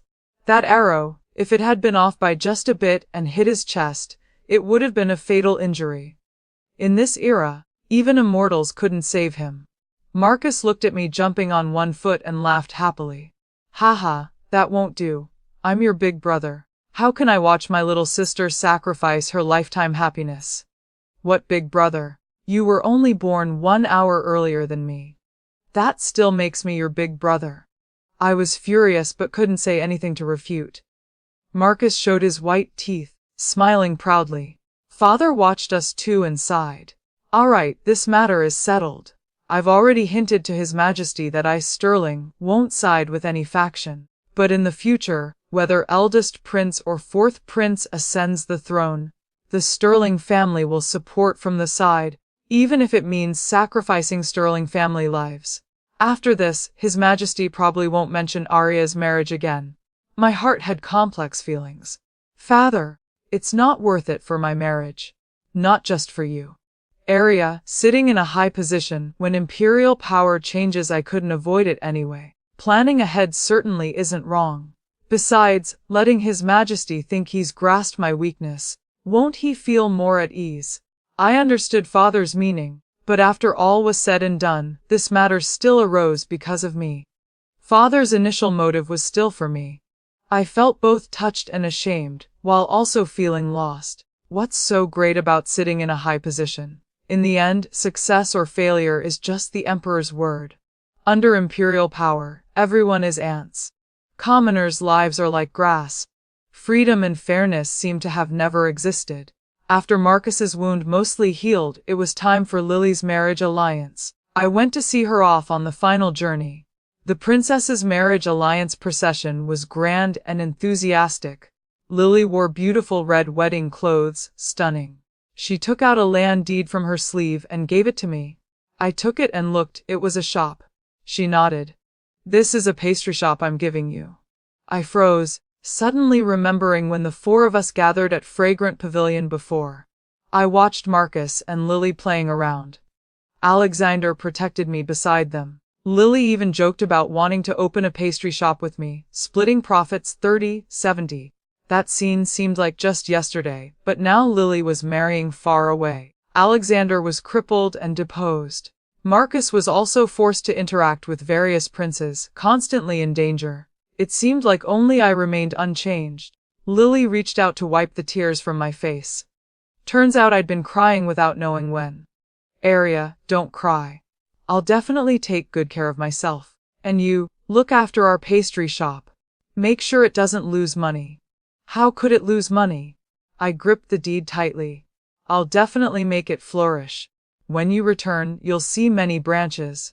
Lily just smiled without responding. A princess going for marriage alliance, how could there be a day of return? I escorted her to the city wall, but couldn't go further. Along this journey, Lily kept her head lowered in thought, unconsciously touching the ring on her left ring finger. It was from Marcus. Before getting off the carriage, I squeezed her hand hard and whispered in her ear, Lily, when you pass the city wall, remember to look back. She suddenly raised her head with wide eyes, her gaze carrying hope. I didn't say anything, just nodded firmly. The carriage moved forward. When I climbed the city wall and looked down, the carriage was already far away. I could only look at the person beside me. She looked back. She looked back. Did she see you? Don't know. The corner of Marcus's mouth lifted slightly. But it doesn't matter. Being able to see her is enough for me. His gaze followed the distant procession intently.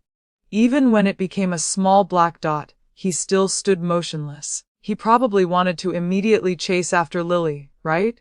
But he couldn't. Not just for me, but also for the Sterling family. Father was aging and would retire someday. When that time came, he would shoulder the Sterling family. The more I thought, the more heartbroken I felt. I pitifully tugged at his sleeve. Marcus, absent-mindedly, seemed not to hear. I held his hand and called again. Brother, let's go home.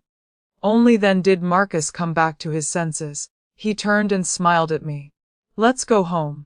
Father and Mother are waiting for us at home. After Lily left, I began managing the pastry shop she left for me. The shop wasn't big but was decorated cleanly and brightly. The display cases held various pastries and sweets, with several small tables beside them. I went to check every day.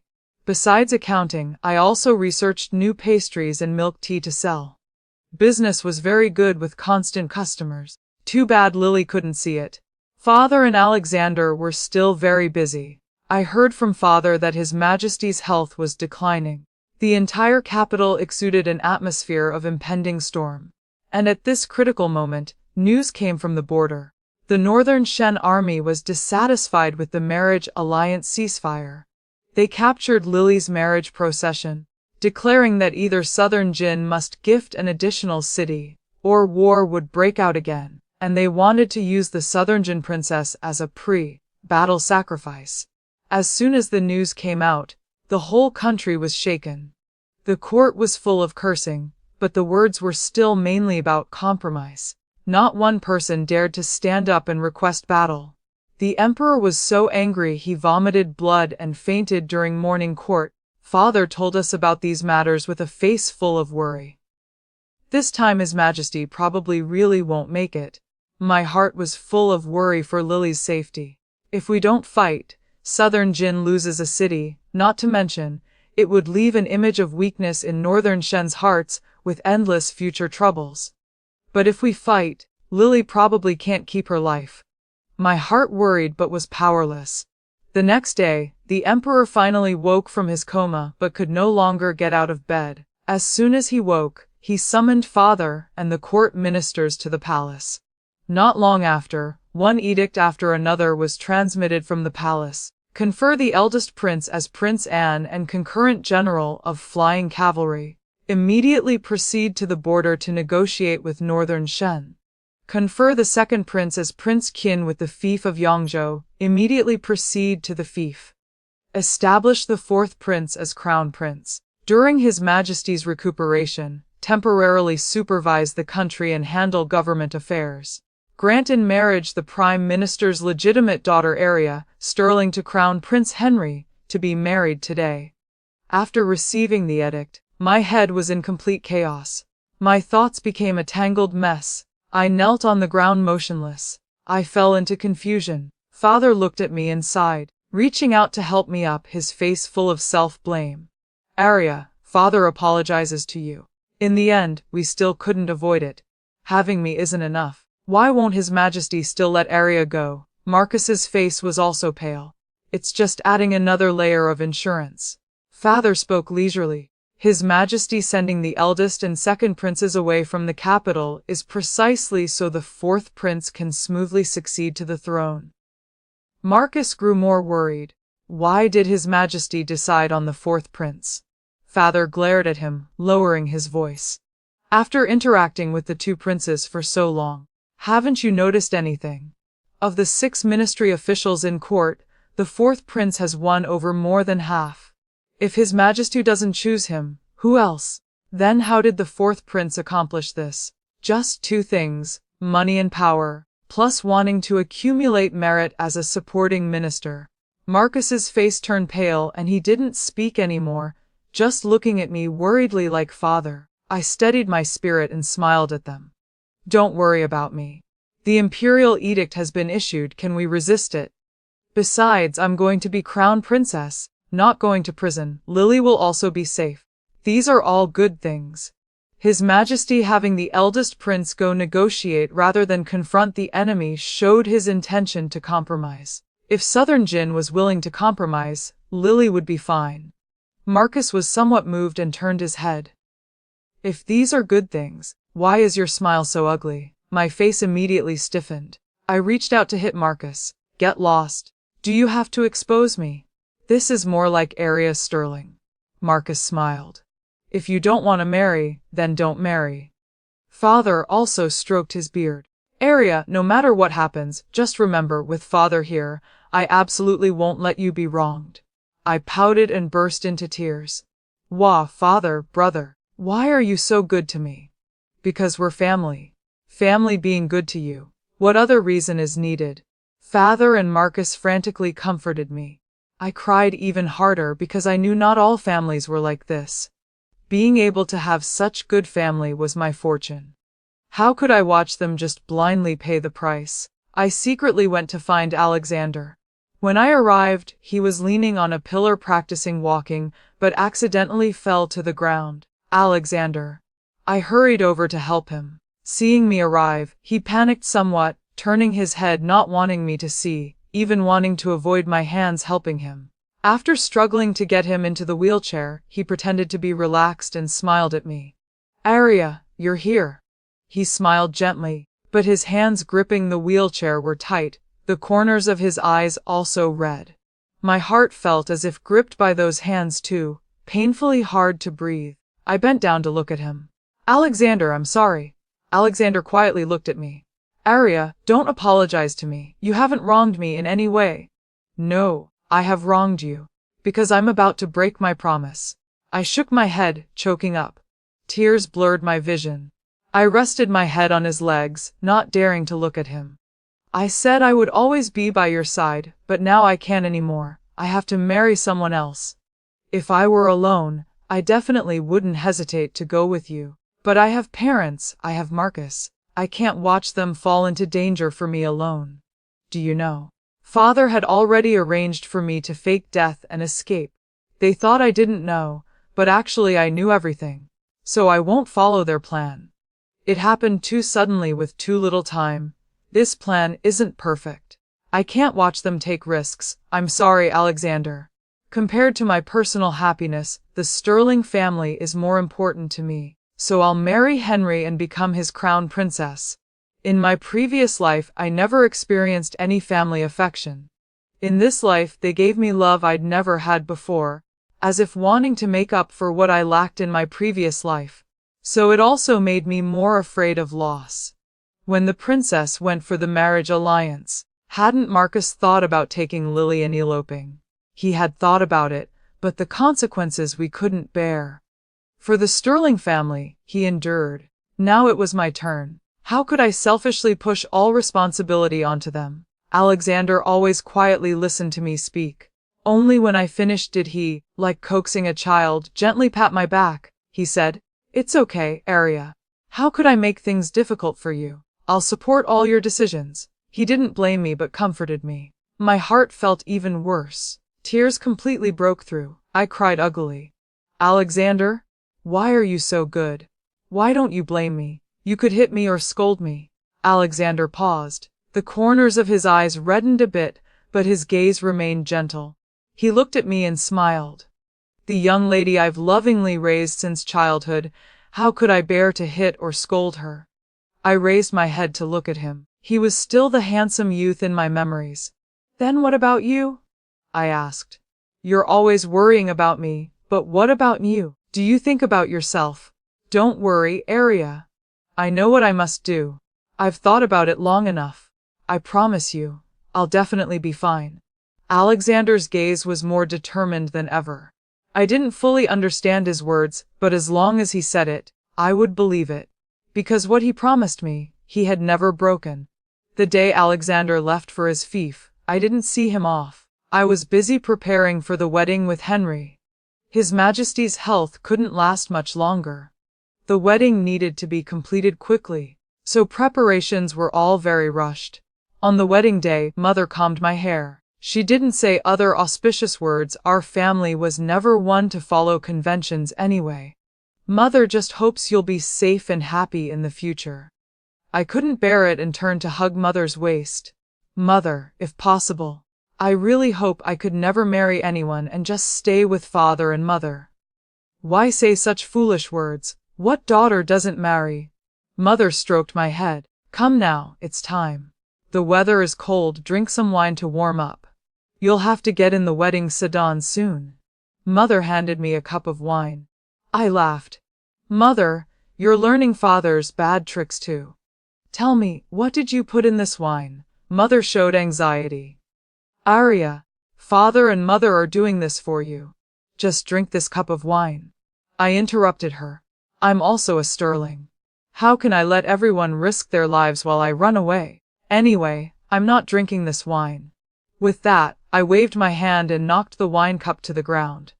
Mother was so worried she spun in circles, glared at me, then ran outside. I sat in the room waiting for the wedding procession. But the person who came was Marcus. I immediately retreated 2 steps, warily watching him. Marcus saw me and hurriedly pulled me outside. The eldest prince is rebelling. He's leading troops to surround the imperial city. Hurry! Before I could be shocked, he had already stuffed me into a carriage.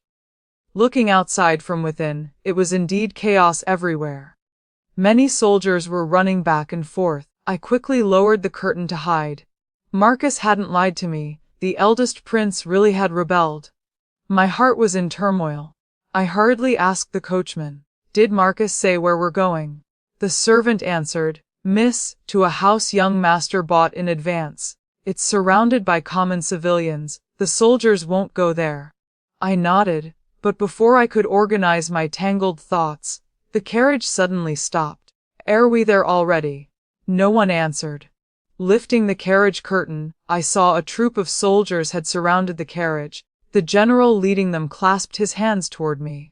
"Miss Sterling, the eldest prince requests your presence."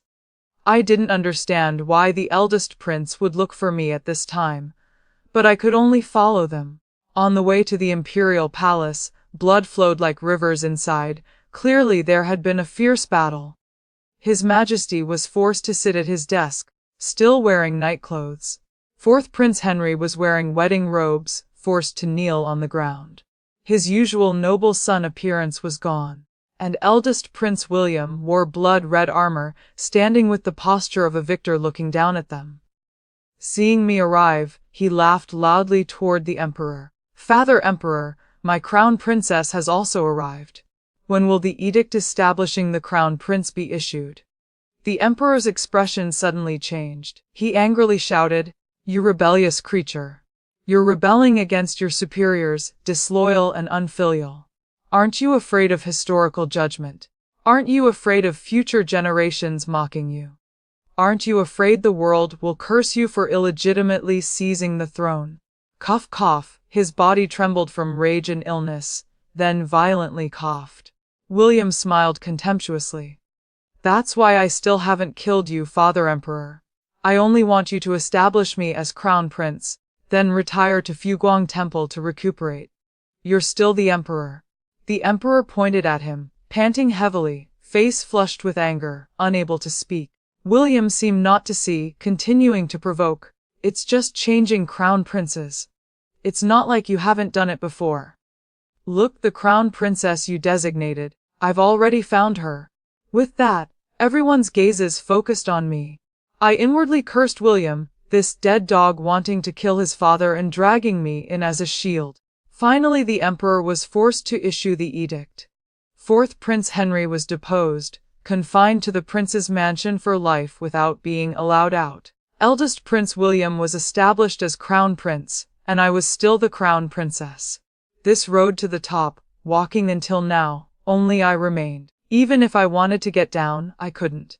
William held my hand and smiled. "Looks like the position of crown princess is even more stable than crown prince." What does Miss Sterling think? What do I think? I think all you Lee family people are sick. I quietly withdrew my hand, looking at William meaningfully. The crown prince is right. The position of crown prince is indeed very precarious. Who knows, maybe one day you'll be replaced too. The smile on William's face immediately stiffened. He gritted his teeth. Miss Sterling's words are as sharp as ever. I remained expressionless. "Thank you for the crown prince's praise." William's expression became even uglier.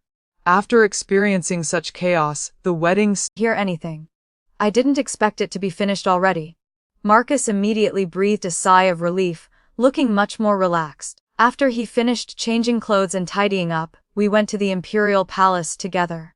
His Majesty had experienced 2 palaces in one day. His emotions had risen and fallen dramatically. Now he was barely breathing. He looked at Alexander, panting heavily. "Alexander, I didn't expect the final victor would still be you. Thanks to Father Emperor's teachings over many years, your son had no reason to lose." Hearing this, His Majesty struggled to pull out a smile. He reached his hand toward Alexander. Alexander was silent for a moment, then finally pushed his wheelchair forward and held his hand. "Alexander, you helped me eliminate the rebels. This is indeed great merit. I want to confer you as Regent Prince. After I pass away, you'll assist your 14th brother in ascending the throne. What do you think?" These words were both reward and probe, having Alexander assist his own young brother, but never considering the possibility of him ascending to the throne. Alexander heard this and suddenly chuckled softly. This smile carried some self-mockery and loneliness, inexplicably making people feel pressure. He withdrew his hand, his gaze cold. "Father Emperor, perhaps you still don't understand. Your son didn't come to rescue you. Your son came here to rebel." At this point, You don't think your son will still follow your commands, do you? The emperor's eyes bulged wide, feeling like they might pop out, very frightening. Alexander continued speaking. But your son isn't like elder brother. Your son doesn't care about reputation or anything. Let the world say what they want. Let history books write what they will. Your son doesn't care. Your son will be the first crippled emperor in the world. Speaking to hear, he turned to look at me. I secretly gave him 2 thumbs up. Alexander, you're amazing. Keep going. He couldn't help lowering his head to smile, then turned back to regain his calm. Only his gaze grew even brighter. But your son will still be a good emperor, caring for the people, expanding territory. As for other merits and faults, let future generations judge them. The emperor's chest heaved. He struggled to move his lips, making vague moaning sounds from his throat, but couldn't speak any words. He reached out wanting to sit up and grab Alexander. His whole body trembled continuously. Very quickly, his eyes lost focus, widening. Finally he fell powerlessly. His Majesty had passed. All the ministers hurried over. Father mixed in the crowd and saw me dressed as a servant standing behind Alexander. He paused momentarily but, being the Prime Minister after all, quickly regained composure. After everyone had gathered, Alexander directly announced he would ascend the throne in 3 days. He ordered the Ministry of Rights to prepare quickly. The ministers began clamoring noisily into a group. Someone gathered courage to ask Alexander about the will. Alexander coldly answered, "Will, there is none." He wore an expression of "I have no will, but in 3 days I'll ascend the throne. What can you do to me?" That person immediately choked on words, stammering, not knowing what to say. "He doesn't have a will, but I do." Fourth Prince Henry appeared from nowhere, hand raised high holding an imperial edict. Several ministers immediately received the edict and carefully examined it, finally concluding it was His Majesty's handwriting. Alexander rolled his eyes slightly, lowering his head and shaking it, revealing a bitter smile. From somewhere appeared several officials who began loudly shouting support for orthodoxy. That Henry should ascend the throne. Henry smiled proudly, looking at Alexander and saying, "Second brother, I don't blame you for coveting my position. But you must think carefully. With a crippled body, how can you ascend the throne? Wouldn't that invite the world's mockery?" Alexander was too lazy to even look at him. He turned to look toward Marcus. Marcus pulled out a stack of papers from his chest and threw them straight at Henry's face. "Then you, who colluded with enemies and betrayed the country for glory, do you have the qualifications to ascend?" Henry was hit in the face. His whole body radiated murderous intent. Hearing these words, his expression changed. The ministers picked up the papers. They were evidence of Henry colluding with Northern Shen for profit through smuggling, using that money to bribe officials. Among them was also evidence of him revealing Alexander's whereabouts to the enemy country. After reading, they began cursing. Henry was cursed until his face alternated between green and white. But some still proposed that while the fourth prince perhaps couldn't be emperor, Alexander with his crippled body also couldn't ascend the throne. They should choose another prince to support as a young ruler. Everyone argued noisily. A flash of gloom appeared in Alexander's eyes. He clapped his hands. Everyone looked toward him. He placed both hands on the wheelchair armrests, supporting himself to stand up. He walked forward step by step slowly, then stood still. At the same time, a large group of imperial guards rushed into the hall, pressing Henry and the ministers following him to the ground, while surrounding everyone else. Only then did Alexander speak. "I just said I'd ascend in 3 days. When did I say I was asking your opinions?" Everyone looked at his standing figure in shock. Finally, no one dared say anything more. At this time, Father stepped forward. He smiled, making a plop sound as he knelt and performed the grand ceremony. 3 days later, the grand coronation ceremony. This minister will definitely arrange for the Ministry of Rights to prepare everything properly. This minister represents all 6 ministry officials in welcoming the new sovereign's ascension. Long live your majesty. Long live. Long live. All the ministers immediately reacted, kneeling one after another. "We welcome the new sovereign's ascension. Long live your majesty. Long live. Long live." After everyone left, Alexander suddenly fell backward with a thud onto the ground. I hurriedly ran over. "Alexander, what's wrong?" "Don't worry. It's just that my legs aren't fully healed yet and I stood too long." Alexander smiled to reassure me. Only now did I notice his face was covered in cold sweat. both legs trembling continuously. I helped him into the wheelchair, red-eyed as I scolded. Knowing you're not well, why show off? If you don't do this, they won't agree. He lowered his head looking somewhat apologetic, but his eyes still occasionally glanced toward me. That pitiful appearance made me unable to bear it. I didn't know what to do with him and sighed. I know you had no choice. It's okay, Alexander. Your legs will get better and from now on. I held his hand, looking up and smiling at him. He stared at me unblinkingly. Arya, you'll always be by my side too, watching me get better and better, right? Of course. Hearing my definite answer, the corners of his eyes immediately curved up. His gaze was warm, full of gentleness. We looked at each other smiling for a long time, both feeling this seemed somewhat silly, before retracting our smiles. I looked around. My gaze stopped at the highest dragon throne. Alexander. You're about to become emperor. I know. Alexander patiently answered my meaningless question. I asked again, so after you become emperor can I still scold you? Alexander smiled helplessly. Yes, not only can you scold me, you can hit me too. I lowered my eyes and forced a smile. He seemed to sense some unease in my heart. Arya, no matter what status I have, my heart toward you will never change. You can still be like before. If you're lazy and don't want to do something, push it to me. If you're unhappy, scold me. If you're really angry, hit me. I promise I won't hit back or scold back. I'll let you handle me however you want. My eyes grew slightly moist. I was both touched and amused by his words. You make me sound like some tyrant bully. Alexander wiped my tears. What tyrant? Clearly a little crybaby. Just like when we were young copying homework. When your hand hurt from writing, you hid under a tree crying. You even knew about that. I was stunned, instinctively asking, then what secrets do I still have from you? Alexander heard this and paused. He seriously looked into my eyes. When I felt somewhat panicked from his staring, he finally withdrew his gaze. I think there still are. But since they're secrets, if you don't want to say, I'll never ask. I was completely flustered. What exactly had Alexander discovered? My heart was tangled like knotted hemp. Alexander and I looked at each other. His thick lashes trembled slightly. His clear eyes were like glass, beautiful but fragile. Arya, don't be afraid. Between us, the one who's never felt secure has always been me. You could be without me, but I can't be without you. He finished speaking and looked toward the highest position, cold and lonely up there. I can't imagine. In a place like that high platform, if you weren't beside me, how lonely I would be. His demeanor had an indescribable weakness. I couldn't help gripping his hand tightly. Then let me always be by your side. Alexander turned to look at me intently. His gaze was sincere yet passionate. Since that's so, I have an empress position. I wonder if you'd want it. Yes, but I want your harem to have only one empress position. No harem needed, just you alone is enough. Has story ends. Complete text. Epilogue. After Alexander ascended the throne, I smoothly became empress. But I spent my days as empress idle to the point of panic, while Alexander was busy non-stop.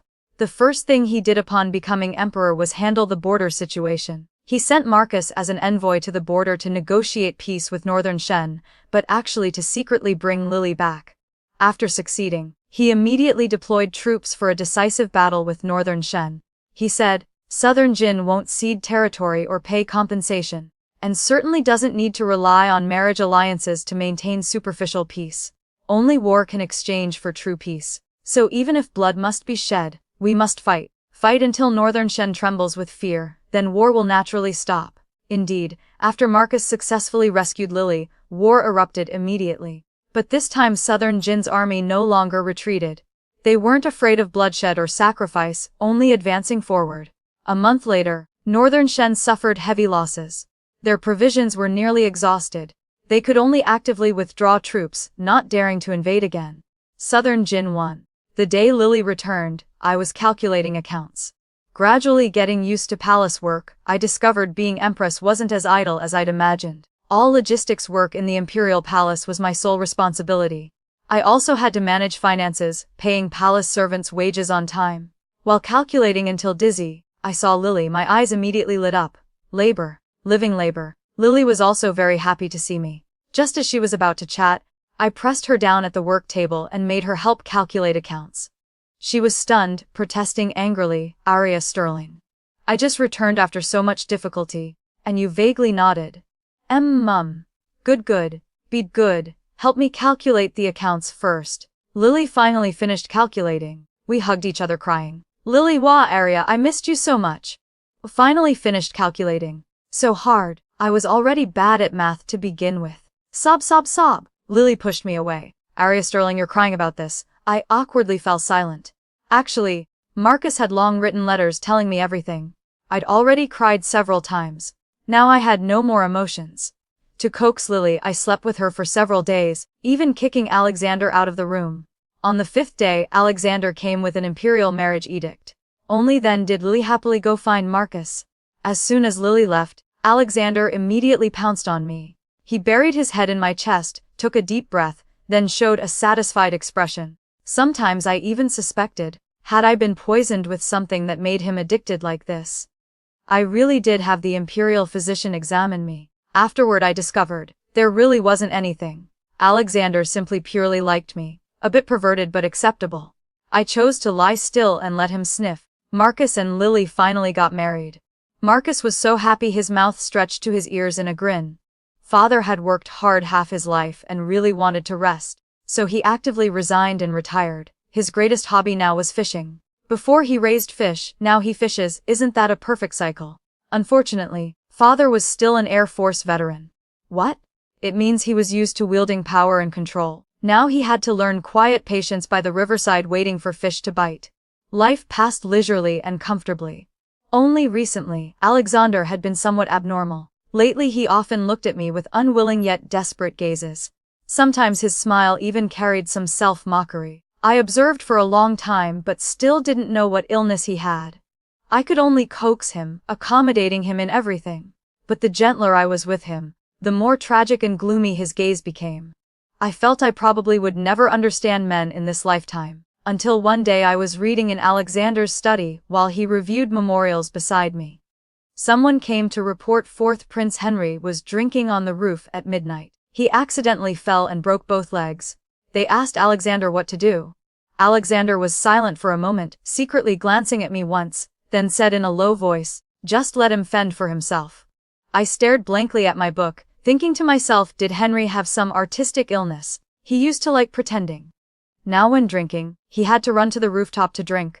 Cosplaying as a tragic hero, he used to harm Alexander's legs. Now his own legs were broken. Served him right. After thinking all this, I came back to my senses and saw Alexander staring at me, revealing a bitter smile. I closed my eyes. Done for, he's having another episode. That evening after bathing, I searched through my jewelry box. Tomorrow I'd wear purple clothes. I wanted to see what jewelry would match tomorrow. After searching for a long time, I still couldn't find suitable accessories. My mood inexplicably became troubled. Alexander came and saw this scene. His eyes immediately reddened. "Are you looking for this?" He held a jade pendant in his hand and brought it before me. I looked carefully but didn't recognize it. Just as I was about to shake my head, Alexander had already pulled me into his embrace, holding me tightly. His voice was full of despair, but only begging humbly. "Arya Sterling, I don't care whether your heart currently has him or once had him. Don't leave me, I beg you. Without you beside me, I'll go crazy." I pointed at myself with wide eyes, confused. Who's in my heart? Alexander finally realized something was wrong. He let go, hesitantly speaking. "Henry. Henry's in my heart." I raised my voice shrilly, feeling it was absurd. "Why not?" Alexander was somewhat embarrassed but still gathered courage to ask confusedly. "Then why did you keep his jade pendant?" I looked at that jade pendant again and finally remembered, wasn't this the jade pendant Henry gave me when he came to cause trouble while Alexander was away from the capital? I forgot to throw it away. After explaining to Alexander for half a day, he finally believed me. He once again hugged me, this time extremely carefully, afraid of hurting me, treating me like a recovered lost treasure. "I'm sorry, Arya, I wronged you. Hit me. As long as you're not angry." All these years, Alexander still didn't have any sense of security. But I couldn't speak any words of blame. I could only feel heart-touch and hug him tightly, just like how he used to hug me. I leaned my head on his shoulder, speaking word by word seriously.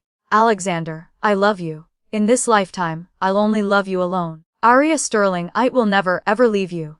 Can you trust me?" "Yes, I'll always trust you," Alexander answered without hesitation. But I knew, Perhaps I'd revealed some flaw that let him discover something. Though I didn't know how he discovered it, if he knew I came from another world, perhaps his heart would never be able to completely feel at ease. But it's okay.